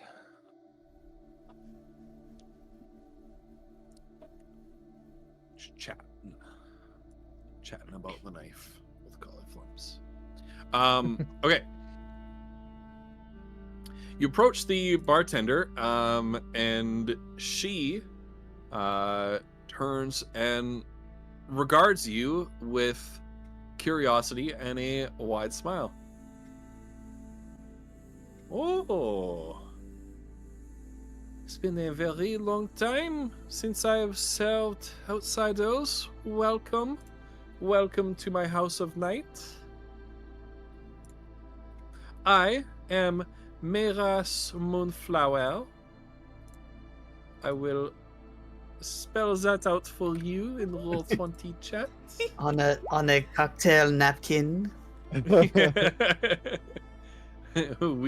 Oh. No. I will see you in your room later.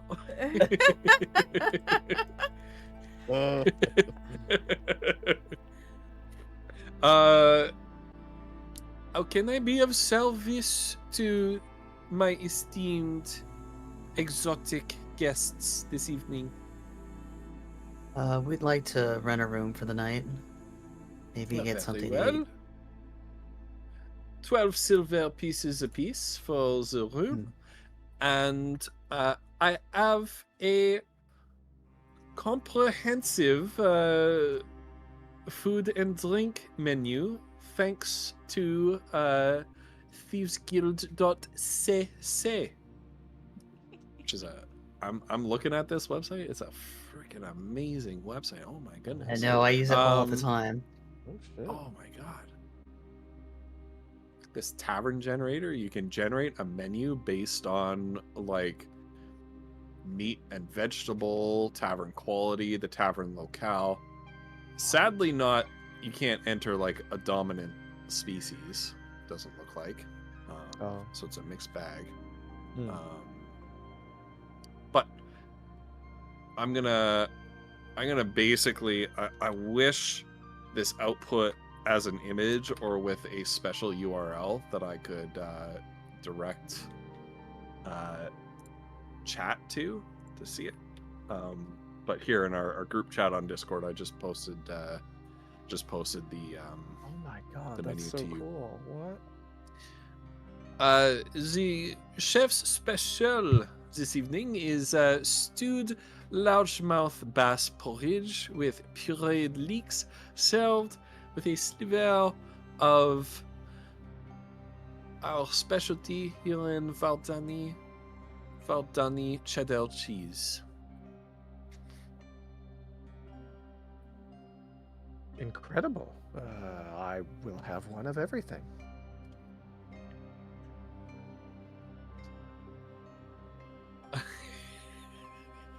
Fiona Okay, thinks what will she be, almost goes to stop him, but then how she's much like, will well, that be that will be 24 gold pieces.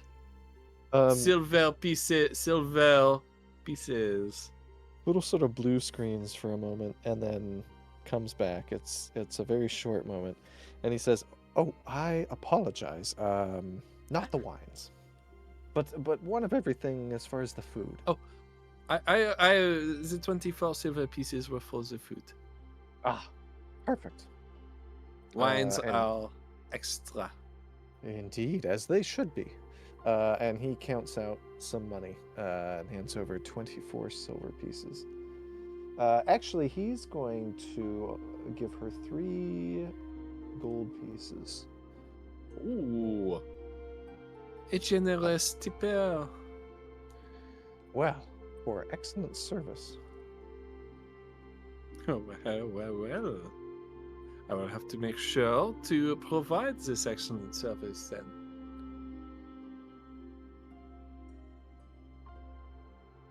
Speaking of Neighbors. service. Oh, Oh, go ahead. No, you Okay. go first. Neris, if I may be so Yes. bold, as you know, we are not from these parts.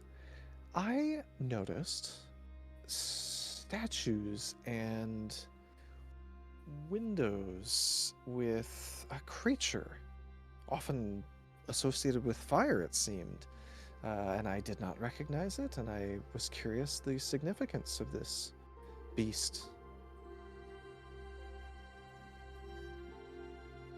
And if there's like a lion somewhere in the tavern, Foodle could point at it.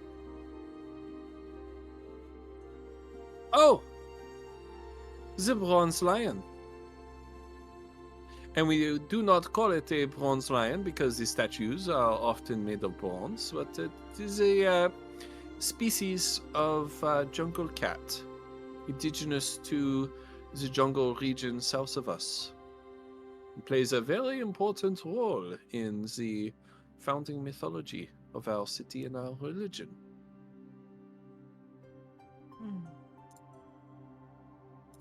Fascinating. Well, thank you so much. Like I said, excellent service. Well, I'm happy to tell you everything you would like to know about our fair city. We don't often get visitors from the outside. Well, if you have the time, I assume you are busy, but at some point I would love to learn everything you have to tell me. Why don't you take that table over there, and I will find some time within the hour to come and have a sit with you, and we can learn more from each other. Eris, it has been a pleasure. Thank you. And Foodle heads All right. over and sits at the table. She takes your money, organizes your rooms for the night, gives you your keys to your rooms for when you're ready, and eventually she comes and brings you your food once it's ready, and sits down at your table with you. And just for chat's benefit, they ordered one of everything, and there's 6 food dishes on the menu. So she sits down, a stewed largemouth bass porridge, a barbecued rainbow trout, poached sunfish, barbecued yellow perch, stewed leeks, and marinated pearl onions for you to eat. So it's I hope you guys like fish. Oh my god. That's Pretty kinda much 4 perfect, types isn't of it? fish and 2 veg. No Mr. Meatloaf, Okay. sorry. Okay, so The barbecued rainbow Ooh. trout sounds delicious. Listen to this. Barbecued rainbow trout covered in a blueberry sauce. Come on. oh god. You know the funny thing Come on. is Foodle apparently hated it. That Oh, is no. too funny. I rolled some D100s because he's just trying it all, right? And 50 or higher, he liked it, and 49 or lower, he did not. And he got an 11 on the barbecued rainbow trout, so he passed that on to Kiona and Mazra. Oh my god. Kiona would pass on it too. She probably she'd go for the bass, the leeks, and the pearl onions. That's what she'd do. She'd be Mazra- like, Well, Mazra will eat whatever. She doesn't care. so Kiona and Food will like be like, not this one. Here you go, Mazra. And she's just Yeah. like, yeah, it's food. Amazing. I used to eat mayo sandwiches, so this is great. What is mayo? It's like an egg spread. You put it on stuff. Oh, interesting.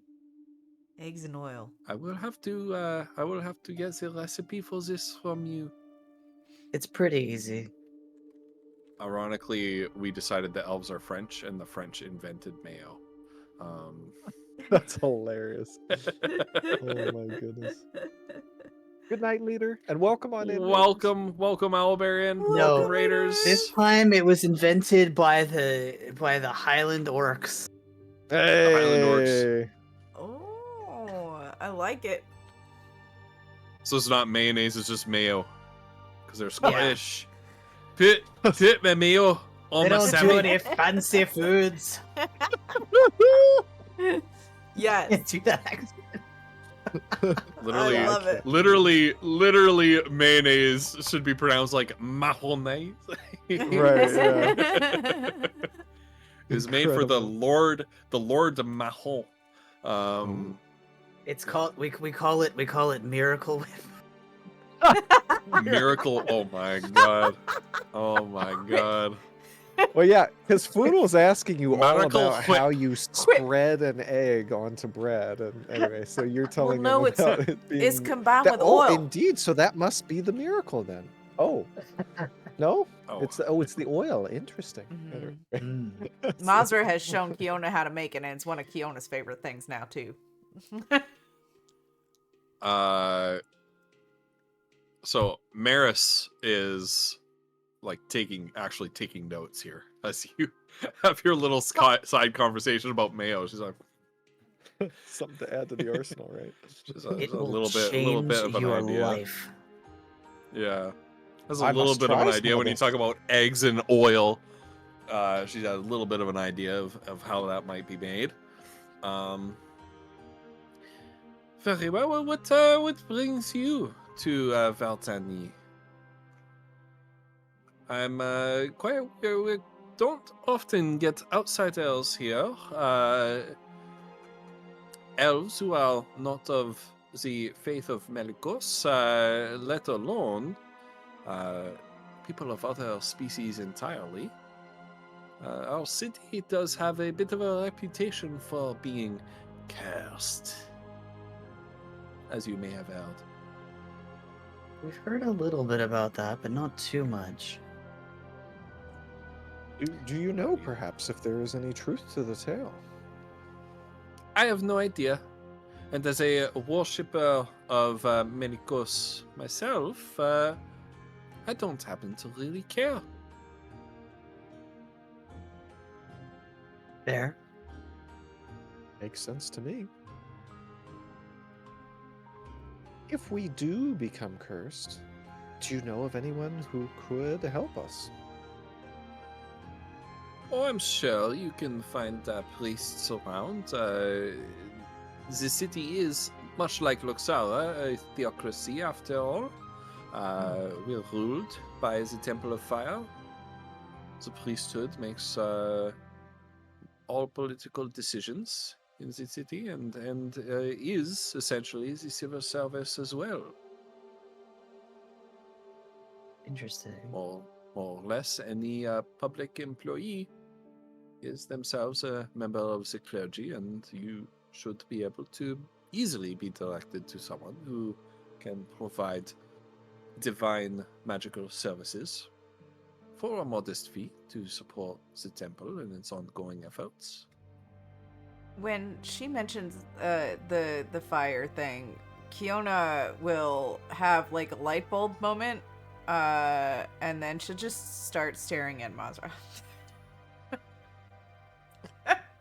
That's all.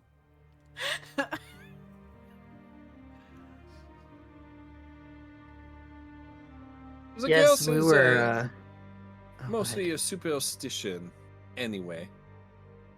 A relic of a bygone age. Well, Melikos did not exactly, as legend has it, get along with the other elven gods. Perhaps there is truth in that. If you are a spiritual person, perhaps there's something somewhat more political between our religion and the religion of our cousins in the other elven cities.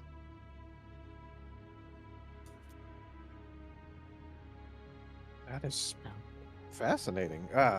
Well enough I- known that some gods and pantheons don't get along with each other. Hmm. Oh yes, we all knew that. Mhm. Common knowledge. I have a final query. If we do become cursed, Of course. would you like to know to confirm these rumors? I suppose it is a idle curiosity of mine. But we have had outsiders in the past. Not outsiders of other species, such as yourself. Not that I can remember in all of my years here. But outsiders among elven kind, shall I say. And I've never heard of one of them being cursed. Hmm. Well, I shall let you know. Mark someone as an outsider in elvenkind. Oh, I simply mean non-worshippers of Melikos, non-Melikites.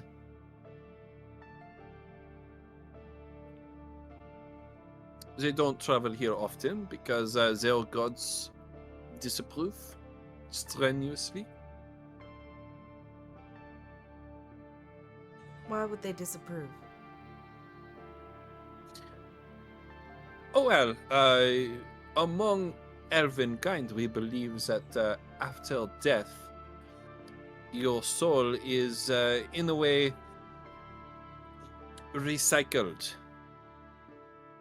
The experiences, the knowledge that you gained in life are turned into some form of energy, I think. I am not a priest. I can't really say what the exact theological logic is behind this, but somehow it is transferred to the gods, and then the soul is brought back to Earth to inhabit a new child, and a new life begins.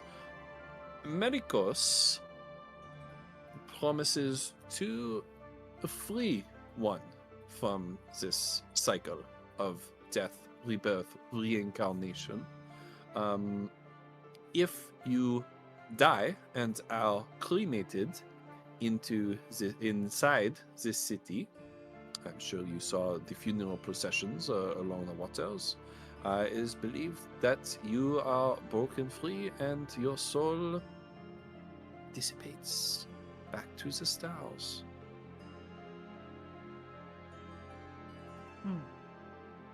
Fascinating. And this is referable to reincarnation?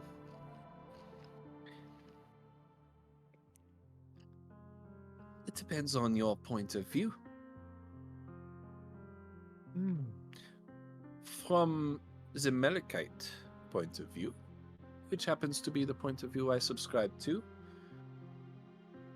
we should not be raised as cattle for the repeated consumption and reproduction of the higher gods.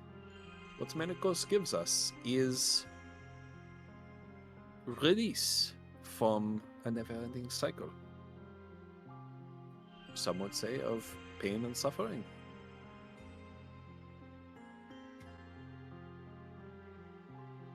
I wonder. wonder what I was in a past life. If I had a past life. I'm not sure. Sounds like an awful lot of hooey to me. I do not take offense. I appreciate that. It wasn't meant to be Our offensive. faith has been persecuted quite heavily in the past, although we have since made peace I'm not saying just your with faith. Luxara. I'm saying that whole recycling Oh. thing. It sounds like an awful lot of hooey. Oh, I guess Maybe none of so. it makes much sense to me. Maris, yes. do you have any memories of a past life? Absolutely not. Those are consumed by the gods during the process of a transference of life experiences, knowledge, skills. Why would they do that? Essentially, to feed themselves. Huh. It is what sustains the gods. Yes, I did not want to say it, but I wondered what the price of Melikos breaking people from that cycle would be. Perhaps the memories. Melikos does not consume so much as breaks the bonds that tie us to this earth. His I see. reasons for doing so are somewhat obscure, but in addition to being a god of fire and death, he is a god of knowledge and mercy. So you Our believe faith has it that Melikos simply took pity on mortal elves. I see.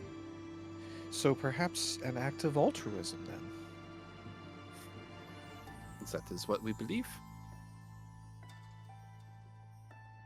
You have given me much to think about. Whatever his reasons, they're mostly irrelevant now.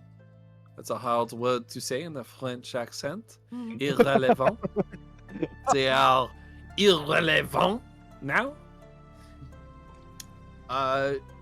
Because Melikos himself is dead. Oh. But isn't he a god? Yes. He is the dead god. Ironic, no, since he's also the god of death. How did that happen?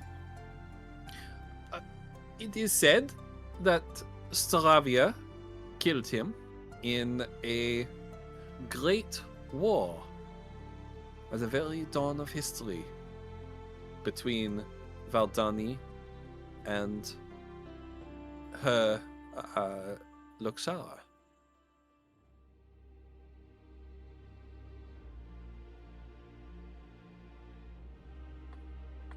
It was the beginning of a great acrimony between ourselves and the people of Luxara, the rest of Elvenkind. Acrimony which has more or less passed today, thankfully. Oh shoot, what are they called? Melikans? That's not right. Melikites. Melikites. Do Melikites, do they resent Staravians? Is there a schism there? There is certainly hope among not. some. There is among some. More or less what the holy teachings of Melikos hold is that Stravians are simply lost, or incorrect, or misjudge. Well-meaning, other than as legend would have it, the time their goddess killed our god. But well-meaning overall, good people, honest folk, but misguided. You perhaps understand. I am led to believe that the peoples of the world beyond the borders of the hegemony have many diverse faiths and religions themselves. Oh, certainly they must. And we must, in the pursuit of our own faith, to some extent, must accept or admit that other faiths are somehow not congruous to our own values. Would that not follow? Indeed. It is precisely why I asked. I wonder, Obviously you have your answer, Miras. For me, though, I wonder what is preferable. To be reincarnated or not? An incredible question. Thank you. I cannot answer that question. I am not a priestess. I pour wine. And a magnificent job you do. Thank you. And she looks at Kiona. Would you like to try some, dear? Well, I'm not really a wine drinker. You got some harder liquor on you? Are you interested in devil's blood? She kind of looks at Mazra. And she's like, well? It is not literally devil's blood. Oh. Okay. Because I was going to try some, but if it's a wine, perhaps not. It is not. It is not a wine. It is a distilled grain liquor. Oh. Well, yeah. That I'll do.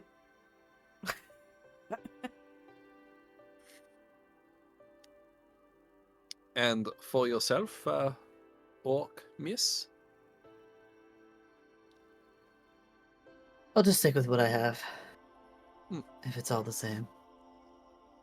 Foodle pulls out. And my small friend? Foodle pulls out a double-barreled pipe made of glass. And he says, Miras, my dear, have you ever had the pleasure of trying smoke leaf? A smoke leaf?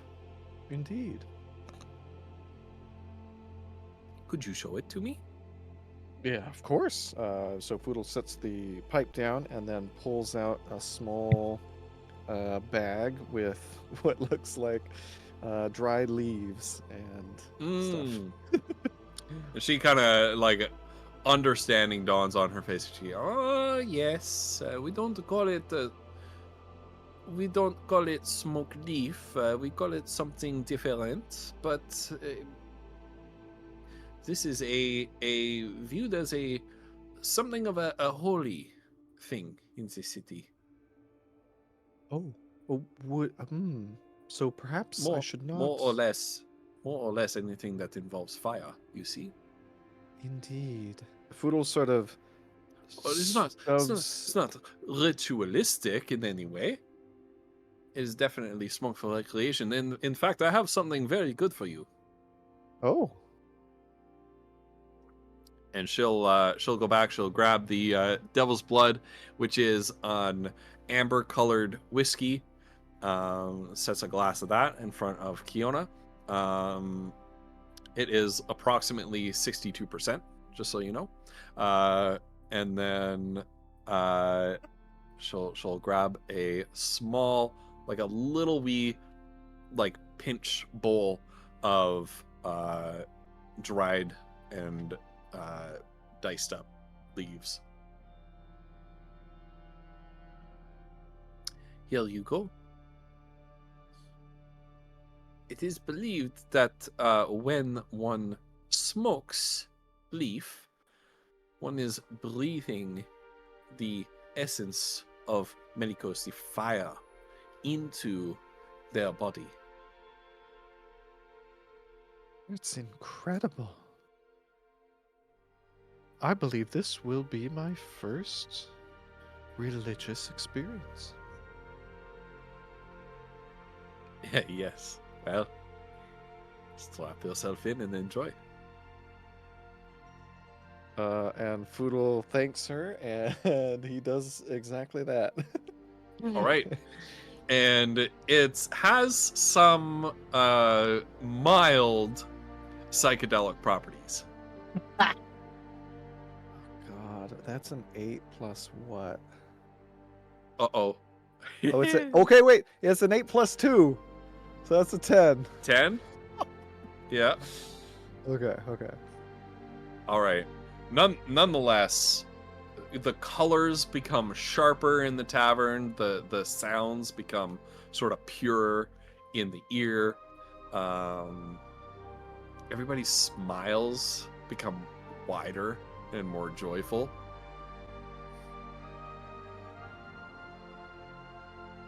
Oof, this is strong drink.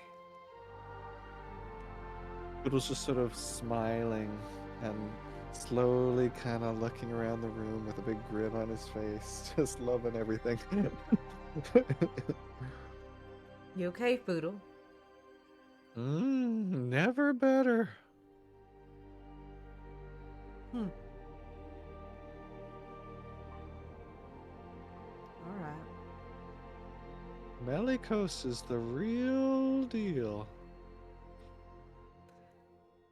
Well, Well, he was. Remember, he's dead. Melikos was the realist. I'm sorry, I forgot your name. Maris. Melis. Right. What, could you tell us anything about that there light tower and the person that runs it? Of course. Hiramal Haldir is the I'll put that on another cocktail napkin for you. Thank God. Right. Who just rolled like 17 D100s? What are you doing? He was tasting the food. That was the food. He was tasting the food, yeah. Oh, the food. Oh, okay, Yeah. okay. I wasn't looking at the chat screen. Oh, Yeah.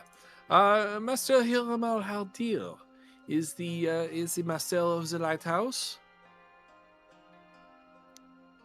A curious fellow, a very, very sweet old man. He has the most adorable bushy white eyebrows. But he's a very, very dear and sweet old man. Patronizes my tavern very often. Is a priest who is quite high up in the clergy of the Temple of Fire.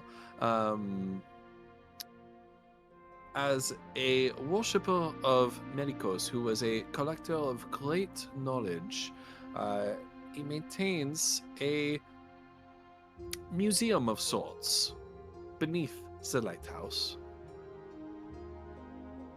I assume that might be why you are here, not to look at the lighthouse itself, but to peruse the various artifacts and curiosities that he's collected over the years. Well, in fact, I think that may be what we're here for. Yes, of course. is a very kind and generous man. And he's very enthusiastic about his collection. He loves to show it off. I think that he would be overjoyed to get a chance to show it to outsiders. All right. Well, that's good to know. I would be delighted to see this museum you speak of. Indeed. But I must warn you, Malicos does not give knowledge freely.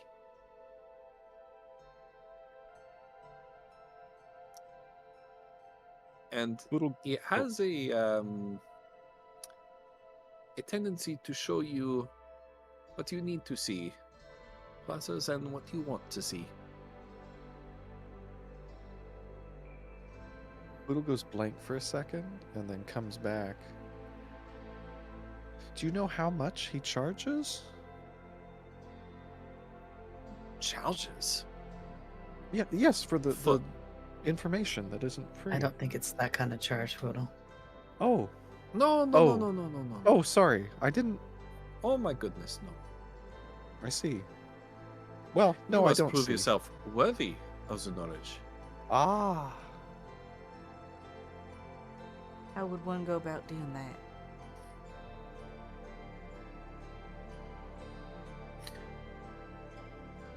There is something of a trial to overcome. I have never attempted it myself, but as you move through the museum, you will be faced with many great challenges. Some can be quite perilous.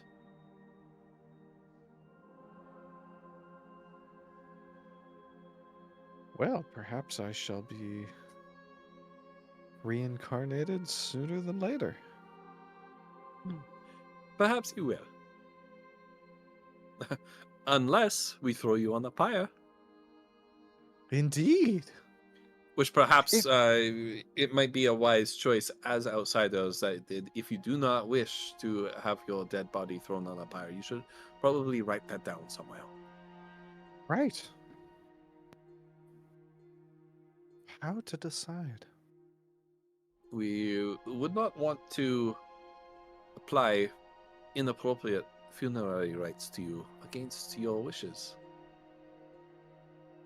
Although you look like a group who could take care of yourself, I'm sure it's fine. I'm sure it's fine. You'll be fine. Oh, indeed. No worries. We have this in hand.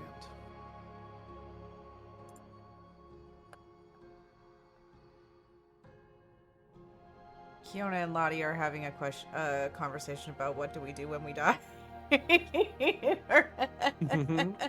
Yeah, We don't have to do it out loud. I just Monster's just sitting there like, Adelaide's like, can I die? Is that a thing? I don't know. But if they throw us Anyway. on one of them fires, maybe you can. I don't know. I don't have a body. You're my body. Right, but Oh, if you I die, didn't do think I die? anything happened to my body once it died, but what happens to you and me? Wait, am I my Wait, body? you don't think you are your body? I know I'm not your body. I don't know. I never really thought about it like that before. I always thought you were your body. Maybe I am.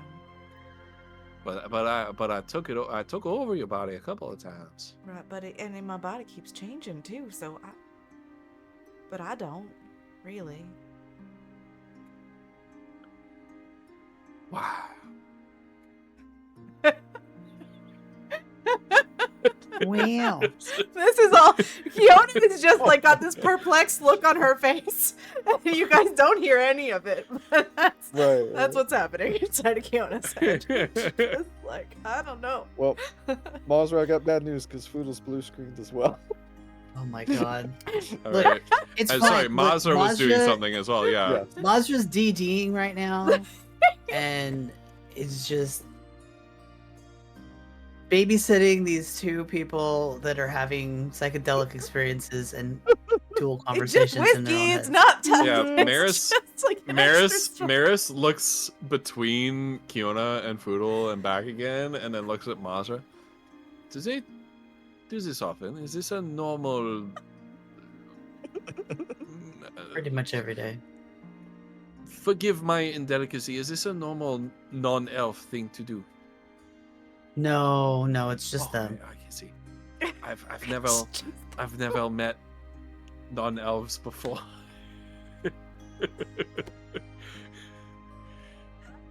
Yeah, Oh, they're just like that. As individuals, Oh yes. not as representatives of their species. No. especially not that one, because she isn't even that species. Oh my god! Yeah. This woman thinks tieflings are like Kiona now. That's even better. Oh shit! Oh my goodness. Look, it's fine. They're harmless. Just I see.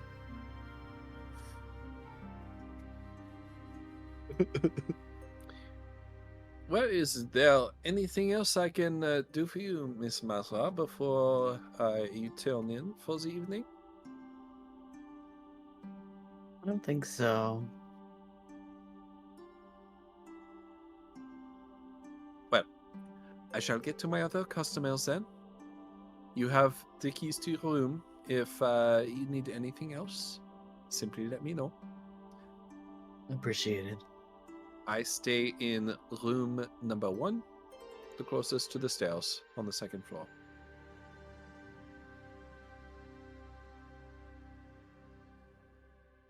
And then she gets up and goes back to work serving other customers. And then by the time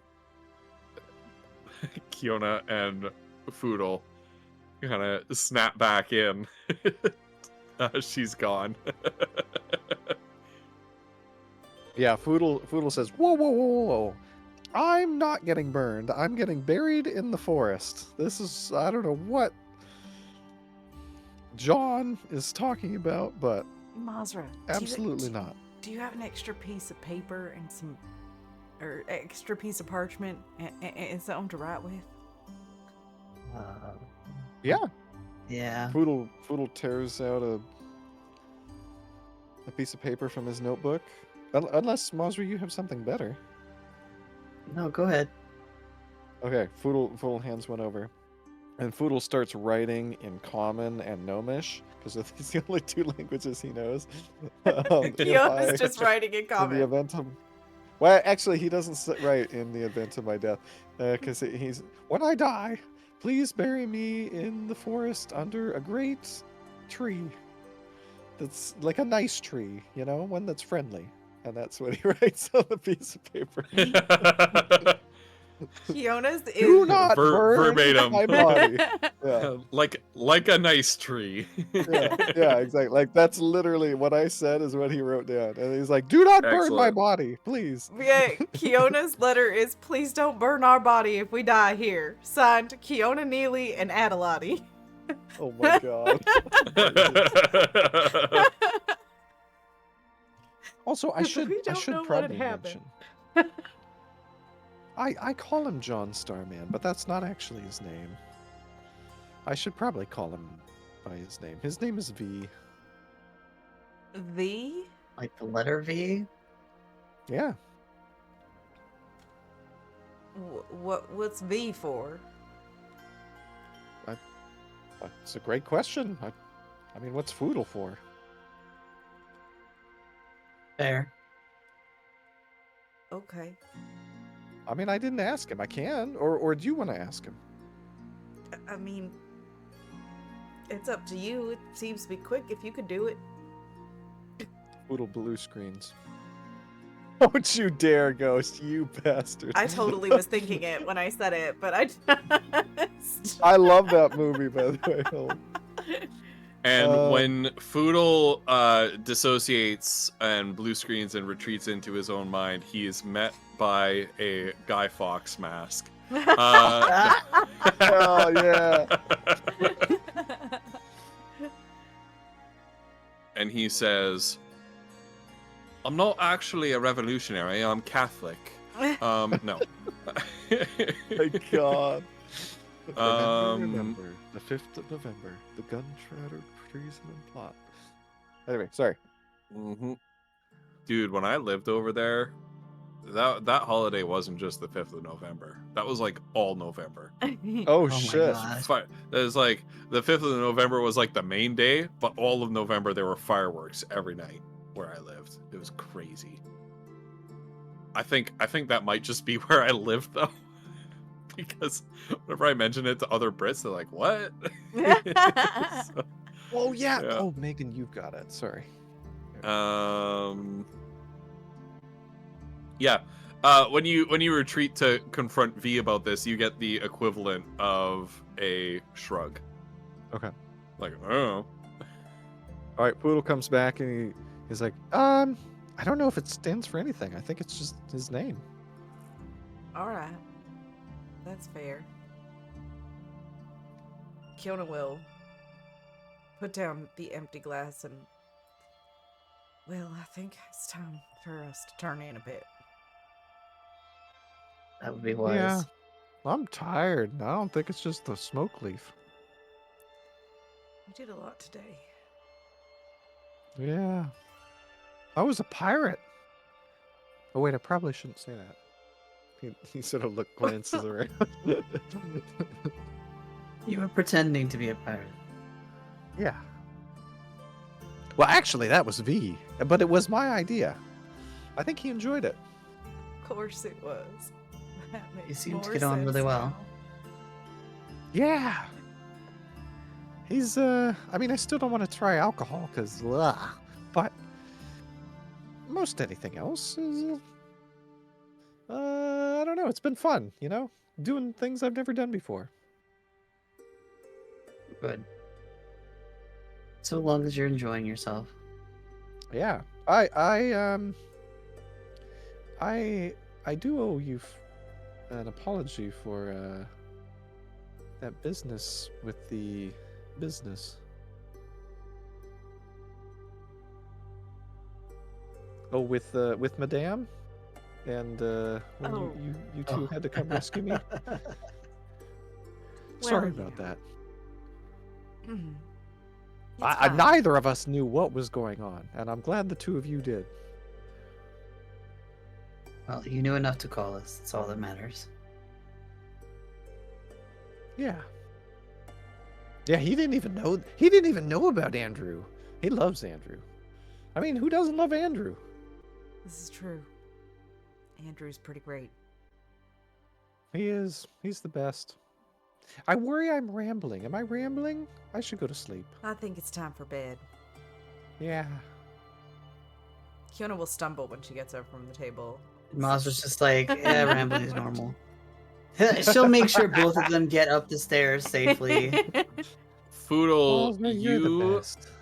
you feel like as you get up and move towards your room, you feel like you're an improperly rigged video game asset, and you feel like you're T-posing and just moving, floating across the floor up to your room.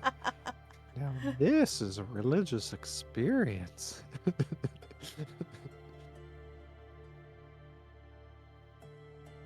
Anyway, and then Alright. he gets ready for bed. Yeah, you guys tuck into bed. Kiona, the whiskey puts you to sleep pretty quickly. Mm-hmm. It's pretty potent. And Foodle, when you finally like lay down in your bed, that sort of feeling of like falling into your bed, you feel like you just keep on falling, until you fall asleep. You're just like Probably a familiar earth. feeling for Foodle. Yeah. Hell yeah. Right. And the next morning, hi Andrew. Speaking of Andrew. He just said that you were the best. There he is. It's true. It's true. And Collie Flumps has finally revealed to Foodle has finally revealed to the rest of the party the origin of the knife and the fact that he's been possessed by the knife this whole time. Dude, that was like the cool. Now there is stuff that hasn't been revealed yet, but Okay. oh my gosh, Andrew, that was holy crap. This has been so much fun. Oh yeah, they loved that adventure. They've been creeped out by it ever since. Oh, yeah. Fiona has been Mostly utterly because- puzzled by this whole situation. I wanted the people in the village to say like, you can make anything out of corn, but I think I said you can make anything into corn Into or something like corn. that. Yes, yeah. Oh And I my just God. got it wrong and just implied that they're turning people into corn like Soylent Green or something. Dude, we were I was just like, no, horrified. that's We're not like, that's not what I meant. What? Because yeah, I know it was several times, and we were It like, was is several that times. is that But is it a Ghost mistake, really? messing or up is that as the actually what it DM? should be? or is that these people catching themselves from saying the thing that they shouldn't say? We were just like, oh Yeah. God, like Yeah. it's It canon was now. terrible. It is canon It was now. terrible. Oh, shit. Like I meant it to be like this weird village, but not like hostile. And they're already on the defensive. And then I'm mistakenly implying that they're like, we're gonna turn you into corn. Right. Yeah. Well, and to be fair All to of our us, trust the issues go through the roof. Well, yeah, exactly. Speaking of trust issues, the literal adventure before this, the fucking dragon like got us to make her more powerful before Right. we fought her. Tricked right? us Like, into helping so her. Yeah. We definitely were on the defensive. Ghost Pepper's like, you guys should trust more people. And then he throws people We're at like, us. We're like, "No, okay. I'm not All right, trusting we're going to anyone." trust them. And then they fuck I mean, us. Poodle will, And then.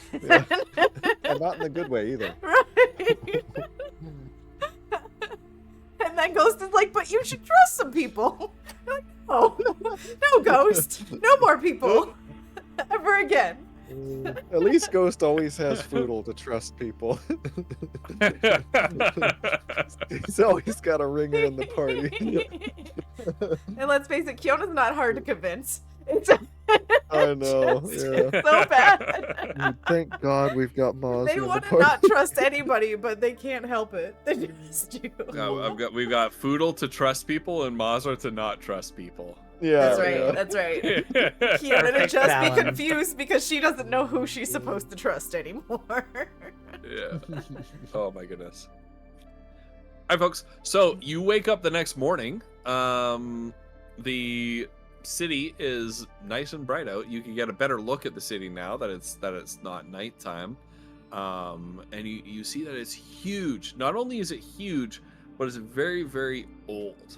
And even the ruined border fort at the edge of the Luxari hegemony didn't look this old. The city looks positively ancient. And from the way Maris was talking yesterday about the history of this city stretching back into myth, into a time when literally the goddess of light fought against the god of fire, who's a patron of this city, you get the impression like this city is interminably ancient. As you move through the streets up to the upper district, up to where you see the lighthouse, you see that once again it is a massive, just impossibly tall edifice, still shooting that strobing, turning ray of sunlight out into the distance. And we can Now see that the you're ray closer- in the daytime? You can kind of see like the flash of it, Okay. if that makes sense. Now that you're closer, you can also see the source of that ray of sunlight. It is a huge arcane focusing crystal, like the kind that you saw being mined at the rift, but much, much larger than any single piece that you saw from there. Yona's hackles go up. She casts mage armor on herself. Oh, I guess All I right. gotta Hey. roll for this. I just. There you Mark it go. down. Let's see this Oh, God. classic wild magic surge in the middle of a populated city. Let's do it. This is God. This is what could happen, you guys. Oh my god. Please All don't right. fireball. Oh god. She just. Remember when she you guys sees that turned crystal. invisible in the middle of a crowded street? Yeah. Oh my God. Yes, I do. All right. Holy shit. It's a 9. She does not surge. Okay. All right. Yeah. So you have mage armor now. Yeah. So here's the lighthouse. You're standing in front of it. That's a big building. Sure is. Well, I guess let's go meet the what was his name? Foodle pulls out his notepad. Hiramar? Hiramar? Hirmar Haldir. Something like that.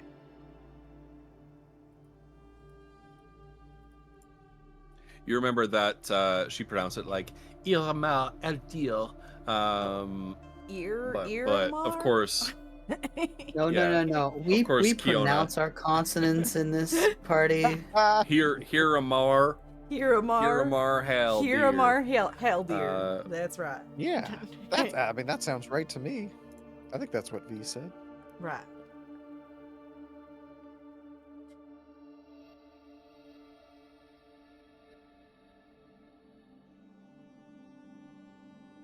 Well, do you guys want me to talk to him or? Well, let's see what happens when we get there. Mazra Okay. ought to, actually.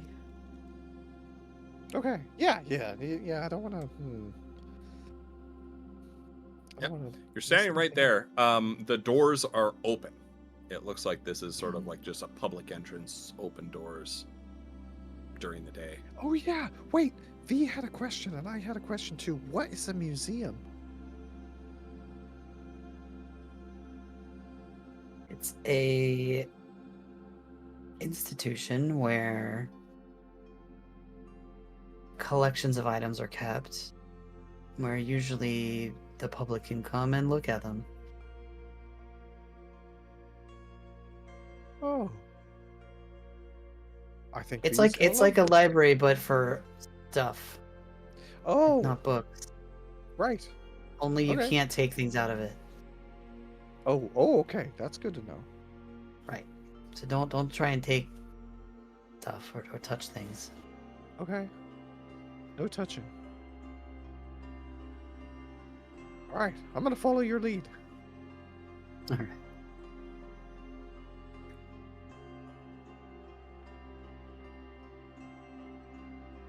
And you guys. Now we're gonna stand here for another 10 minutes. Just Please don't. looking. Please We don't. walk inside. Please We don't. walk inside. Yeah. Thank you. We thank walk you. inside. As you walk inside, you see that already this looks like a museum inside, even though you were told by Maris that the museum is in the basement. But you see all sorts of like tapestries and artworks, bronze reliefs, statuary depicting Melikos and the bronze lions that are part of the Malachite faith. You hear a voice as you walk in, call out to you. I've been expecting you. Welcome. And into view steps somebody who looks very different from who Maris described to you. Rather than an old, hunched-over, octogenarian kind of elf with big, bushy, white eyebrows, you see a middle-aged male elf with slightly graying blonde hair and a kind of welcoming smile on his face that doesn't quite reach his eyes. You must be Masra and Fudel and Kiona.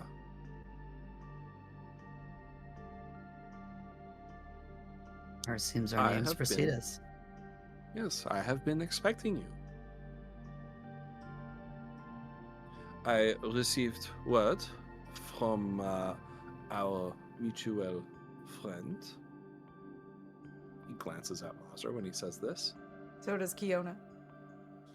That I should expect you to come sometime yesterday evening or this morning.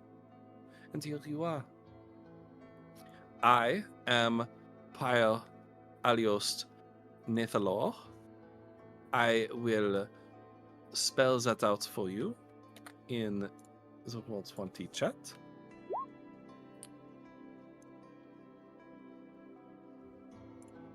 Pyre is a title, like the big piles of wood that you burn dead bodies on. You may simply call me Aliost, if you so choose.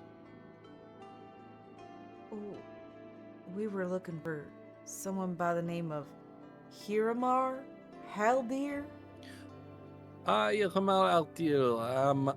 I am his assistant of sorts. He's out right now on an errand, but he bade me This is- to welcome you and admit you to the collection.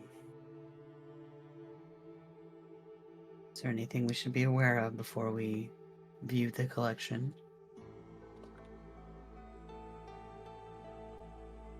Only that it can be quite dangerous down there. But I've been told that you're a group of adventurers who can take care of yourselves. So far, we seem to be still alive. Yes, it seems so. Yes, So and far. if I die, I do not want to be cremated. I want to be buried under a really friendly tree. And Foodle sort of Yes. produces the piece of paper that he wrote on. Very well. Would you like me to keep this? No, well, maybe a copy, but shouldn't I keep it on myself in case I die? It may get destroyed. Oh yeah, what if I get burned up? We'll leave it with you. Yes. Okay. Yeah, you take it. Kiona pulls the piece of paper out too, hands it over. Well, never mind. Aliost was just thinking to himself that if he got burned up, then all these last wills and testaments about I'm please don't burn my so body will be a glad. moot point. You got that, Kiona and Foodle? didn't. Nope, they did not. Nope. Oh my god, Kiona didn't either. I love Kiona it. didn't either. No. Masra's just like Never shaking even her occurred head. to her. Yeah. She's just not bothered. Mhm. Adelati, who's She's used to this. even less bright than Kiona, is just like, I don't want to be burned. Weird. Don't you burn No burning. no hair on this body. That's right. Whoever's body it is. Right. Even if it's not mine. We're Kiona's not even sure. convinced it's her body anymore because she doesn't even know.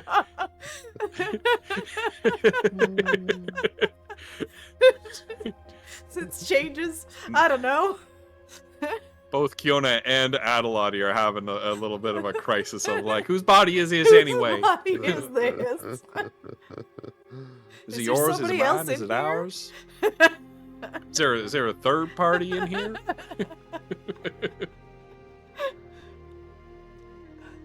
Foodle looks at Masra after handing the piece of paper over, and says, "Masra, do we need to hurry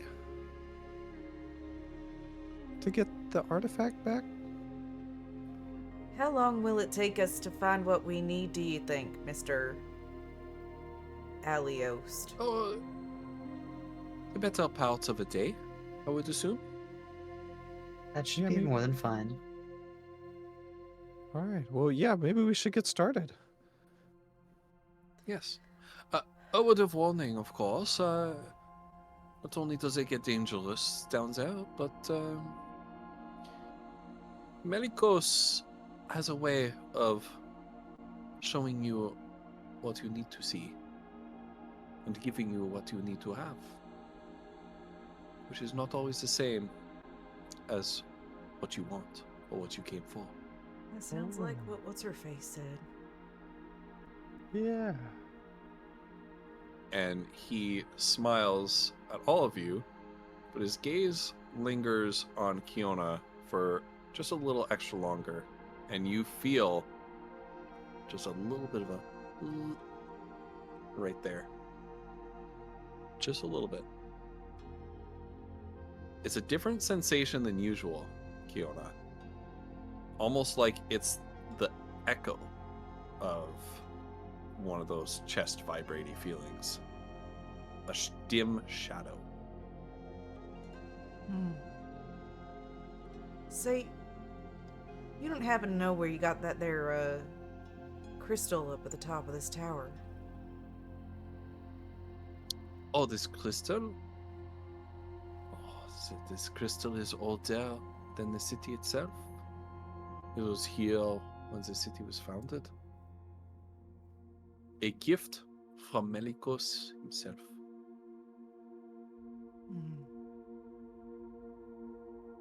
It has stood here since, well, you stand, in fact, in the very first building constructed of Valdani.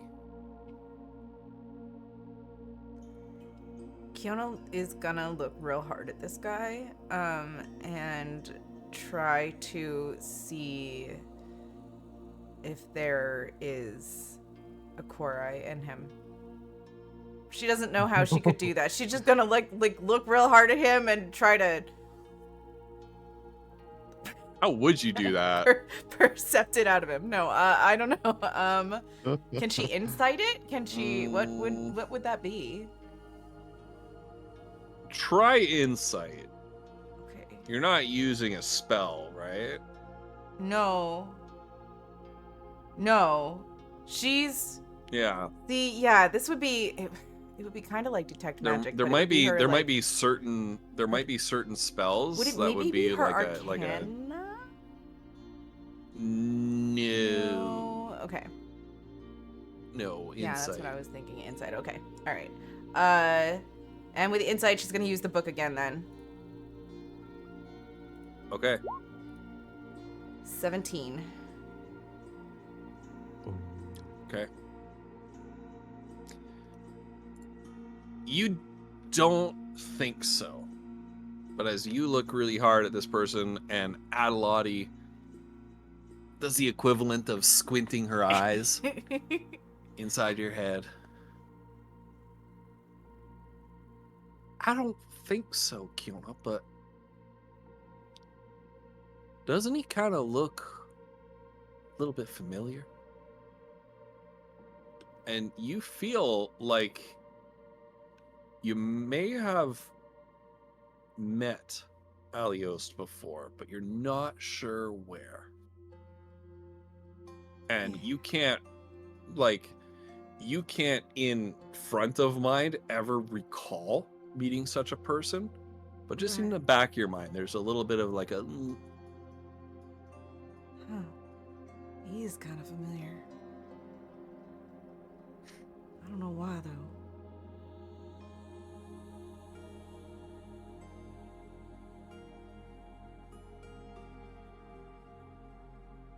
Do we Well, know? I wish you luck. Sorry, go ahead. Do we know you from anywhere, by any chance? I couldn't say so. Unless you've ever been to Valdani before. No. I've lived my whole life here. Must not be. She'll try to shake it off a little bit. Well, I guess there's nothing for it.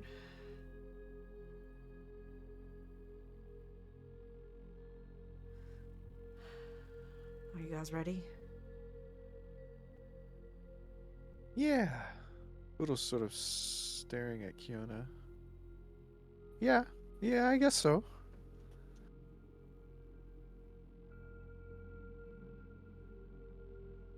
Let's go. Okay.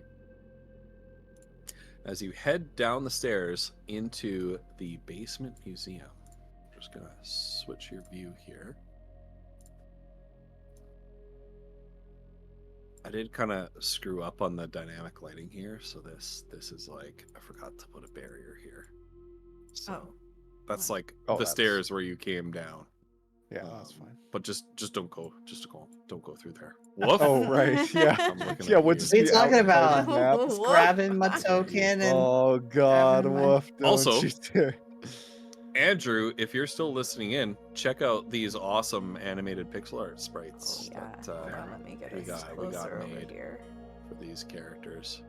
They're so... Hell Aren't they so good? They're so yeah. cute. They're so good. Ghost, I have a question for you. Is Aliost Yeah. with us? No, he stayed upstairs. Poodle's going to say, Kiona, what was that between you and Aliost? I don't know. I kind of felt like a little echo of something, and it felt familiar, and it just feels familiar, but I can't quite put a finger on it, and then there's no reason why I should be. I don't know. That is- Maybe it's just weird. You know, kind of like you think you see somebody sometimes. It's not really them. Yeah, I've had that feeling before. But, you know, I've gotten better. I mean, let's be honest, this is mostly Mazra, but I've gotten better at reading people, I guess. Is there anything you want to know about Aliost that you think might be helpful? I'm just going to post this ability in chat for you, Flutter, if you think... Because it goes to stop me if I'm wrong, but I feel like Kiona would be familiar with Foodle's stuff. Right? Because we've been adventuring together for ages. I don't think Like, there's do you any of does that any of stuff that would jump help out at you? me. No. To know information about Aliost? Yeah, No. I'm not sure Okay. that that's the kind of stuff we need to know about him. Okay. I appreciate though. Yeah. Yeah, for sure. I guess we'll just keep that in mind. Yeah. Did Mazar hear all that? Yeah. Just making sure. Oh. Alright. I have Right, Bluetooth yeah. headphones now. Woo! Heck yeah. I can Oh, that's amazing. Yeah. One thing about my new computer is that I think the Bluetooth like transmitter inside it is not as powerful as it was on my old motherboard, Mhm. because I sometimes get audio cut out and it Yeah. doesn't work up when I go upstairs. I've had as well that as it happen used to. too. Yeah, which is a shame. Anyway, you find yourselves in this room. There is a sort of open curtain. So you came down a set of stairs here, an open sort of curtained doorway leading into a room with a big blue rug on the floor, and a large set of double doors. The big double doors are made of old but immaculately polished wood. So these doors, this set of doors has been maintained. Incredibly ancient wood, but very immaculately maintained and cared for. And on the face of the doors is carved into it a relief of Vardani as it existed in a bygone age. The relief depicts mourners crowded around funeral pyres on the riverside, much as you saw when you crossed the river and arrived at the city last night.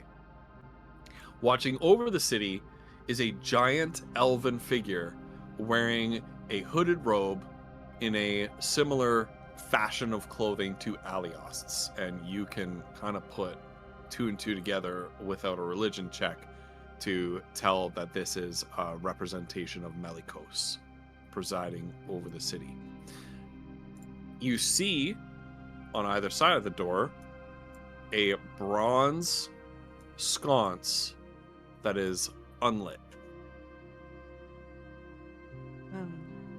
Do we have anything, is there little pebbles on the floor? There's nothing loose on the floor. Is there? Look around. No, this place is well cleaned and well taken care of. Kiona will lean over to Foodle and say, hey, do you, happen to have a spare caltrop or something I could borrow? Sure. Yeah. Let me double check his inventory. Yeah, he has 2 of these caltrop container things. She just wants one little piece of not a whole container. Well, would a ball Can she bearing get a be ball? good? 'Cause Yeah, Poodle's or got a- something like that. That's perfect. He's got a bag of like 1,000. So, yeah, so oh yeah, sure. that's Here perfect. you go. And Yeah. she'll pull out a ball bearing, and she's gonna throw it at the blue carpet. And it lands on the carpet with a dull little and you see no reaction. All right, just want to make sure. Kiona has a flashback. Being wrapped up Oh, inside God, of the carpet. Well, this is, I mean, I bet V's loving this. This is incredible. Okay, and then Foodle, where you stand, you see 2 entrances, one to the north, one to the south. You see 2 bronze lion statues with the oil lamps embedded into their lower jaw, lit and sputtering with flame. Once again conveying these fierce lions with their jaws open, their fangs with fire in their mouths. And as Foodle approaches, I feel terrible, Ghost. You may have said this. Are these in the room? And if so, what are they? They're wall sconces, bronze wall sconces, meant to. If you take a closer look at them, they're like a dish with oil inside, but that oil is unlit. Do you think we should light it? So Yeah, that's a good idea. I mean, they seem to be all about, the fire, right? Kiona will look to Mazra for approval, and she'll do a precursor to a firebolt. Worth a try. And she'll go ahead and light up the first brazier with a firebolt. Okay, and you cast Firebolt at range at the first wall sconce, and the oil momentarily lights, and then is just snuffed out, as if the oil doesn't take to the fire. This might be regular kind of fire it needs. We're special, holy fire. What about these torches? Wait. Mazra, you see Wait, another You guys. unlit. They're staring. What? I'm right Okay. Yeah, Mazra and Foodle, you see these little corridors here, just off of you. Flutter, yeah, we're not in initiative. Feel free to move yourself around if you want to. But you see 2 more unlit wall sconces right here at the end of those These, little corridors. Doors, or is that just in the. They're meant to be windows. This is a map of an above ground Oh, okay, area, okay. but this is Oh, below gotcha. ground. So Gotcha. those are just walls. Yeah, maybe there's some like carvings, some ancient carvings about. Yeah, exactly. Like this place there's art everywhere. There's depictions of Melikos and scenes from sort of the holy scripture of this religion everywhere in here. Gotcha. It's like the museum itself is not just a repository for ancient art and artifacts relating to Melikos, but it is itself sort of an artifact of sorts. Ghost, am I? Oh, God, I apologize, you guys. My lack of sleep is really catching up with me. Am I right in thinking that you had said that there were torches? Yeah, Lit so torches? there's fire inside the mouths of the lions, right? Oh, not It's like a torches. little- There's just Oh. fire No, in their mouths. it's like a little That's oil. cool. It's like a little Right. oil lantern inside the lower jaw, and the jaws are like open, and they're like a fierce like wah, right? That's dope.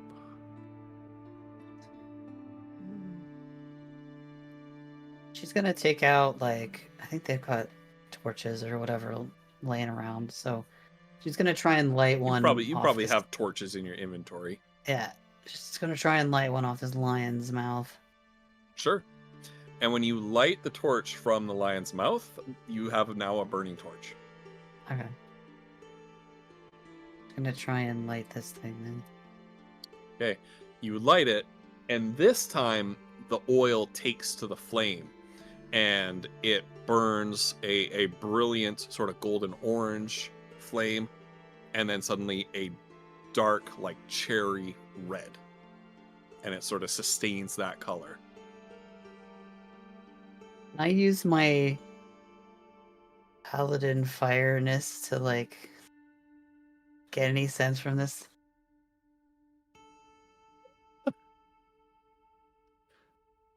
Divine sense, Yeah, I don't know. Not actually like using it. a paladin ability. No. Yeah, Are we insight this is checking it. the fire right now? it's like magic fire. Yeah, I'll let you use an ability or a spell, but this will not be a skill roll. Would Kiona recognize this as magical flame because she's got pyrotechnics and she can see difference between them? Question mark. You don't see any outward magical nefariousness going on here. Okay. You could try detect magic if you Oh, have I'm it, sorry. I didn't but- mean to click that like that. Oh yeah, she could detect magic. Go. Because she can Photos detect. could- She can use non-magical flame. Yeah, so that she spell. would be able to That see spell if- doesn't. Yeah, that spell doesn't really apply Okay. unless you're trying to Well, use. I was gonna say if she I was just trying used to that use it spell to on control it, the flame. but then yeah, okay. Yeah. Well, do you want to use that spell? No. Foodle? Oh yeah, Foodle's gonna do the same. He was sort of watching what Mazra was doing, and ooh. Okay. So he lights a torch and then brings it over here, and Okay. he is. Okay, let me make a roll. Okay. No, okay, he's not going to try to light his pipe from the holy fire, whatever this is. I mean, he would have done it Oh reverently my because it was like, God. this religious thing, but he's like, no. I shouldn't. That would be incredible. That would be incredible. Oh my goodness. I'm so sad that you succeeded. I've never been more Um, sad to have rolled a 14.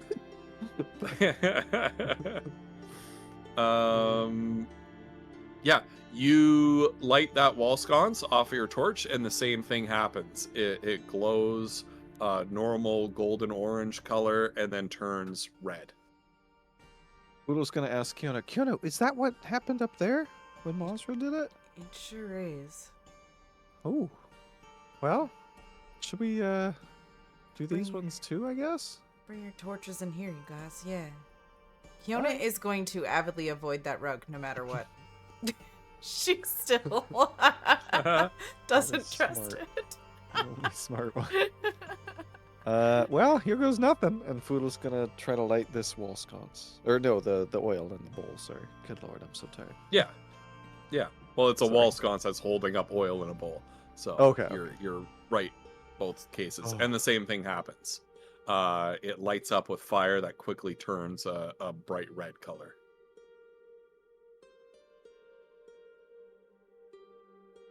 Okay. Mozra? Mozra, I lit this one and it lit up nicely. Hey, what about this one here? Okay. And when you light that one, same thing happens. Fire turns a bright red color. And you hear a click and a loud groan as the wood of the door creaks. Dust falling off as it sort of opens up to the inside. As if this hasn't been, although this door has been immaculately cared for, this whole area spotless. But it looks like as soon as the door opens here that this door has not been opened in a very long time. And it opens to a large square chamber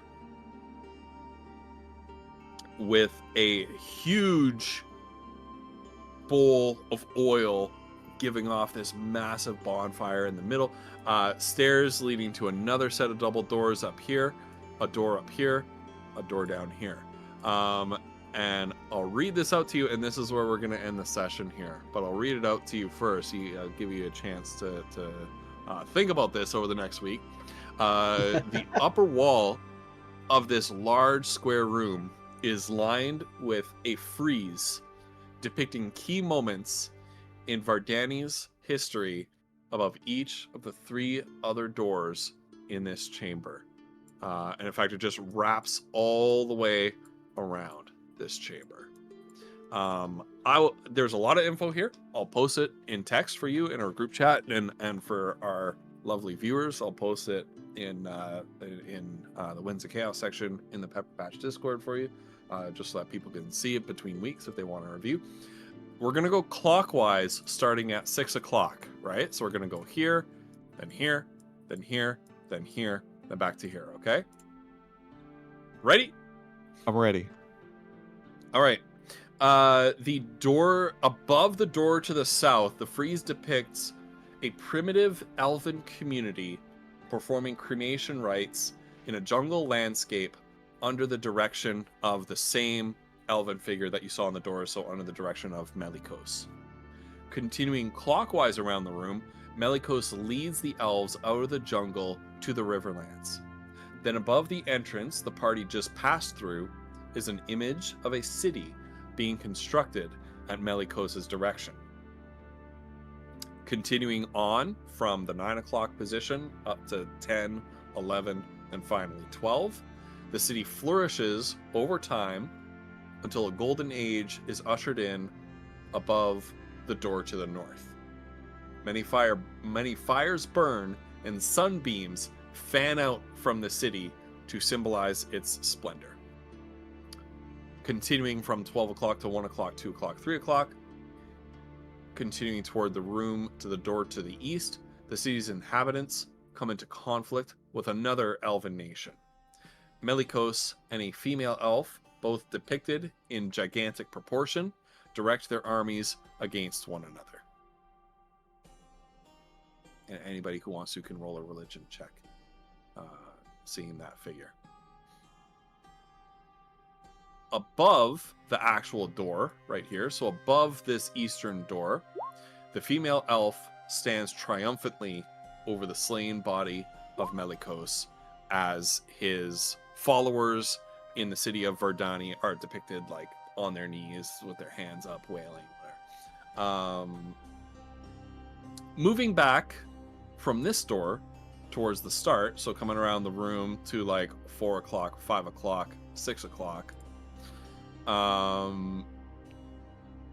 Moving back from this door towards the start is a depiction of some elves leaving the city to return to the jungle, while others remain under the new rule of this female elf and her army. And so the whole thing sort of seems to form a continuous narrative loop with the elves starting in the jungle and returning to the jungle. You guys, it's kind of like the story in the book from... I got the wrong name. Is Galthor? Not Galthor. The other one. Balin. Balian's Tower. Oh, yeah. Balian's Tower. It was the story about the city that grew and it was good and then it all got destructed. Yes. Addis Kaltor. This story looks like that one, but a little different maybe, but still. That's the first thing Kiona thinks of when she sees this thing. All right. The second thing Kiona thinks of, and Mazra thinks of this as well, but Foodle failed the DC 10 religion roll. No. Is that the female elf depicted on this sort of side of the room right here looks an awful lot like Staravia.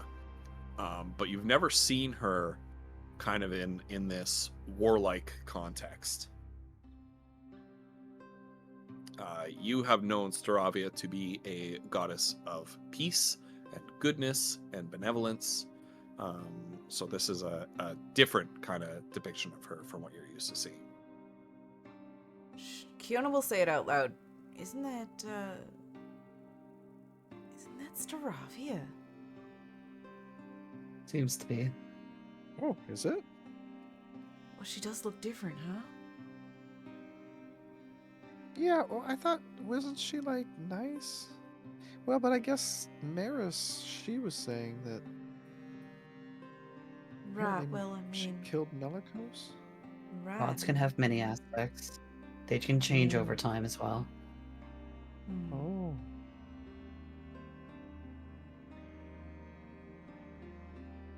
Entire pantheons can change.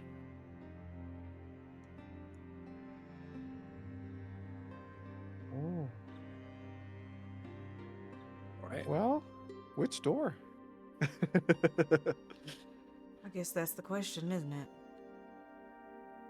Did you say this was oil here? Yeah, it's oil and it's like on fire. So we're in hot. fact- Can I fry hot. some In chicken? fact, Can I fry chicken yeah. in it? You could. So there's a massive brazier in the center of the room, burning with a massive fire that gives off intense heat, but no smoke. Like So we've you probably guys got are, some like, potatoes in our pack. Like Really Sweating. curious fire. You know, like when you go to like Disney World or Universal Studios and you go on those like spectacle rides where there's like fire and pyrotechnics and you can like feel it. Yeah. Yeah, you feel it.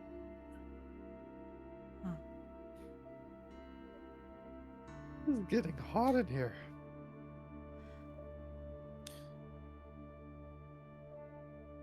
Well, this must be some kind of puzzle too, right? indeed. And in fact, this is where we're going to end this session. I'll let you guys ruminate on that for the next week, and we will come back. We'll come back to conclude this. Yeah. Oh, my goodness. We have some puzzling to Oh. do next week, you guys. Yes! Ghost, thank you so much. This Yay! was so much fun. Holy crap. Yes, what a I love session. it. I've been excited to share this with you for a long time. We just take forever to get anywhere, so Ghost Peppers had to keep it, So- you know. Sorry. Like Oh my we've done pretty God. well lately, I think. Yeah, I mean, I Yeah. feel like we're doing better, certainly, than we used to do. Anyway. If anybody's interested, this whole adventure is inspired by an article I read on BBC. I don't have the article anymore, but I occasionally look at the BBC travel section because there's like some cool articles about the world. And there is a real world city in India called Varanasi. which is called the City of Lights, where like these riverside cremations actually happen. It's one of the oldest continuously inhabited places on Earth. That's really cool. This is a really cool city.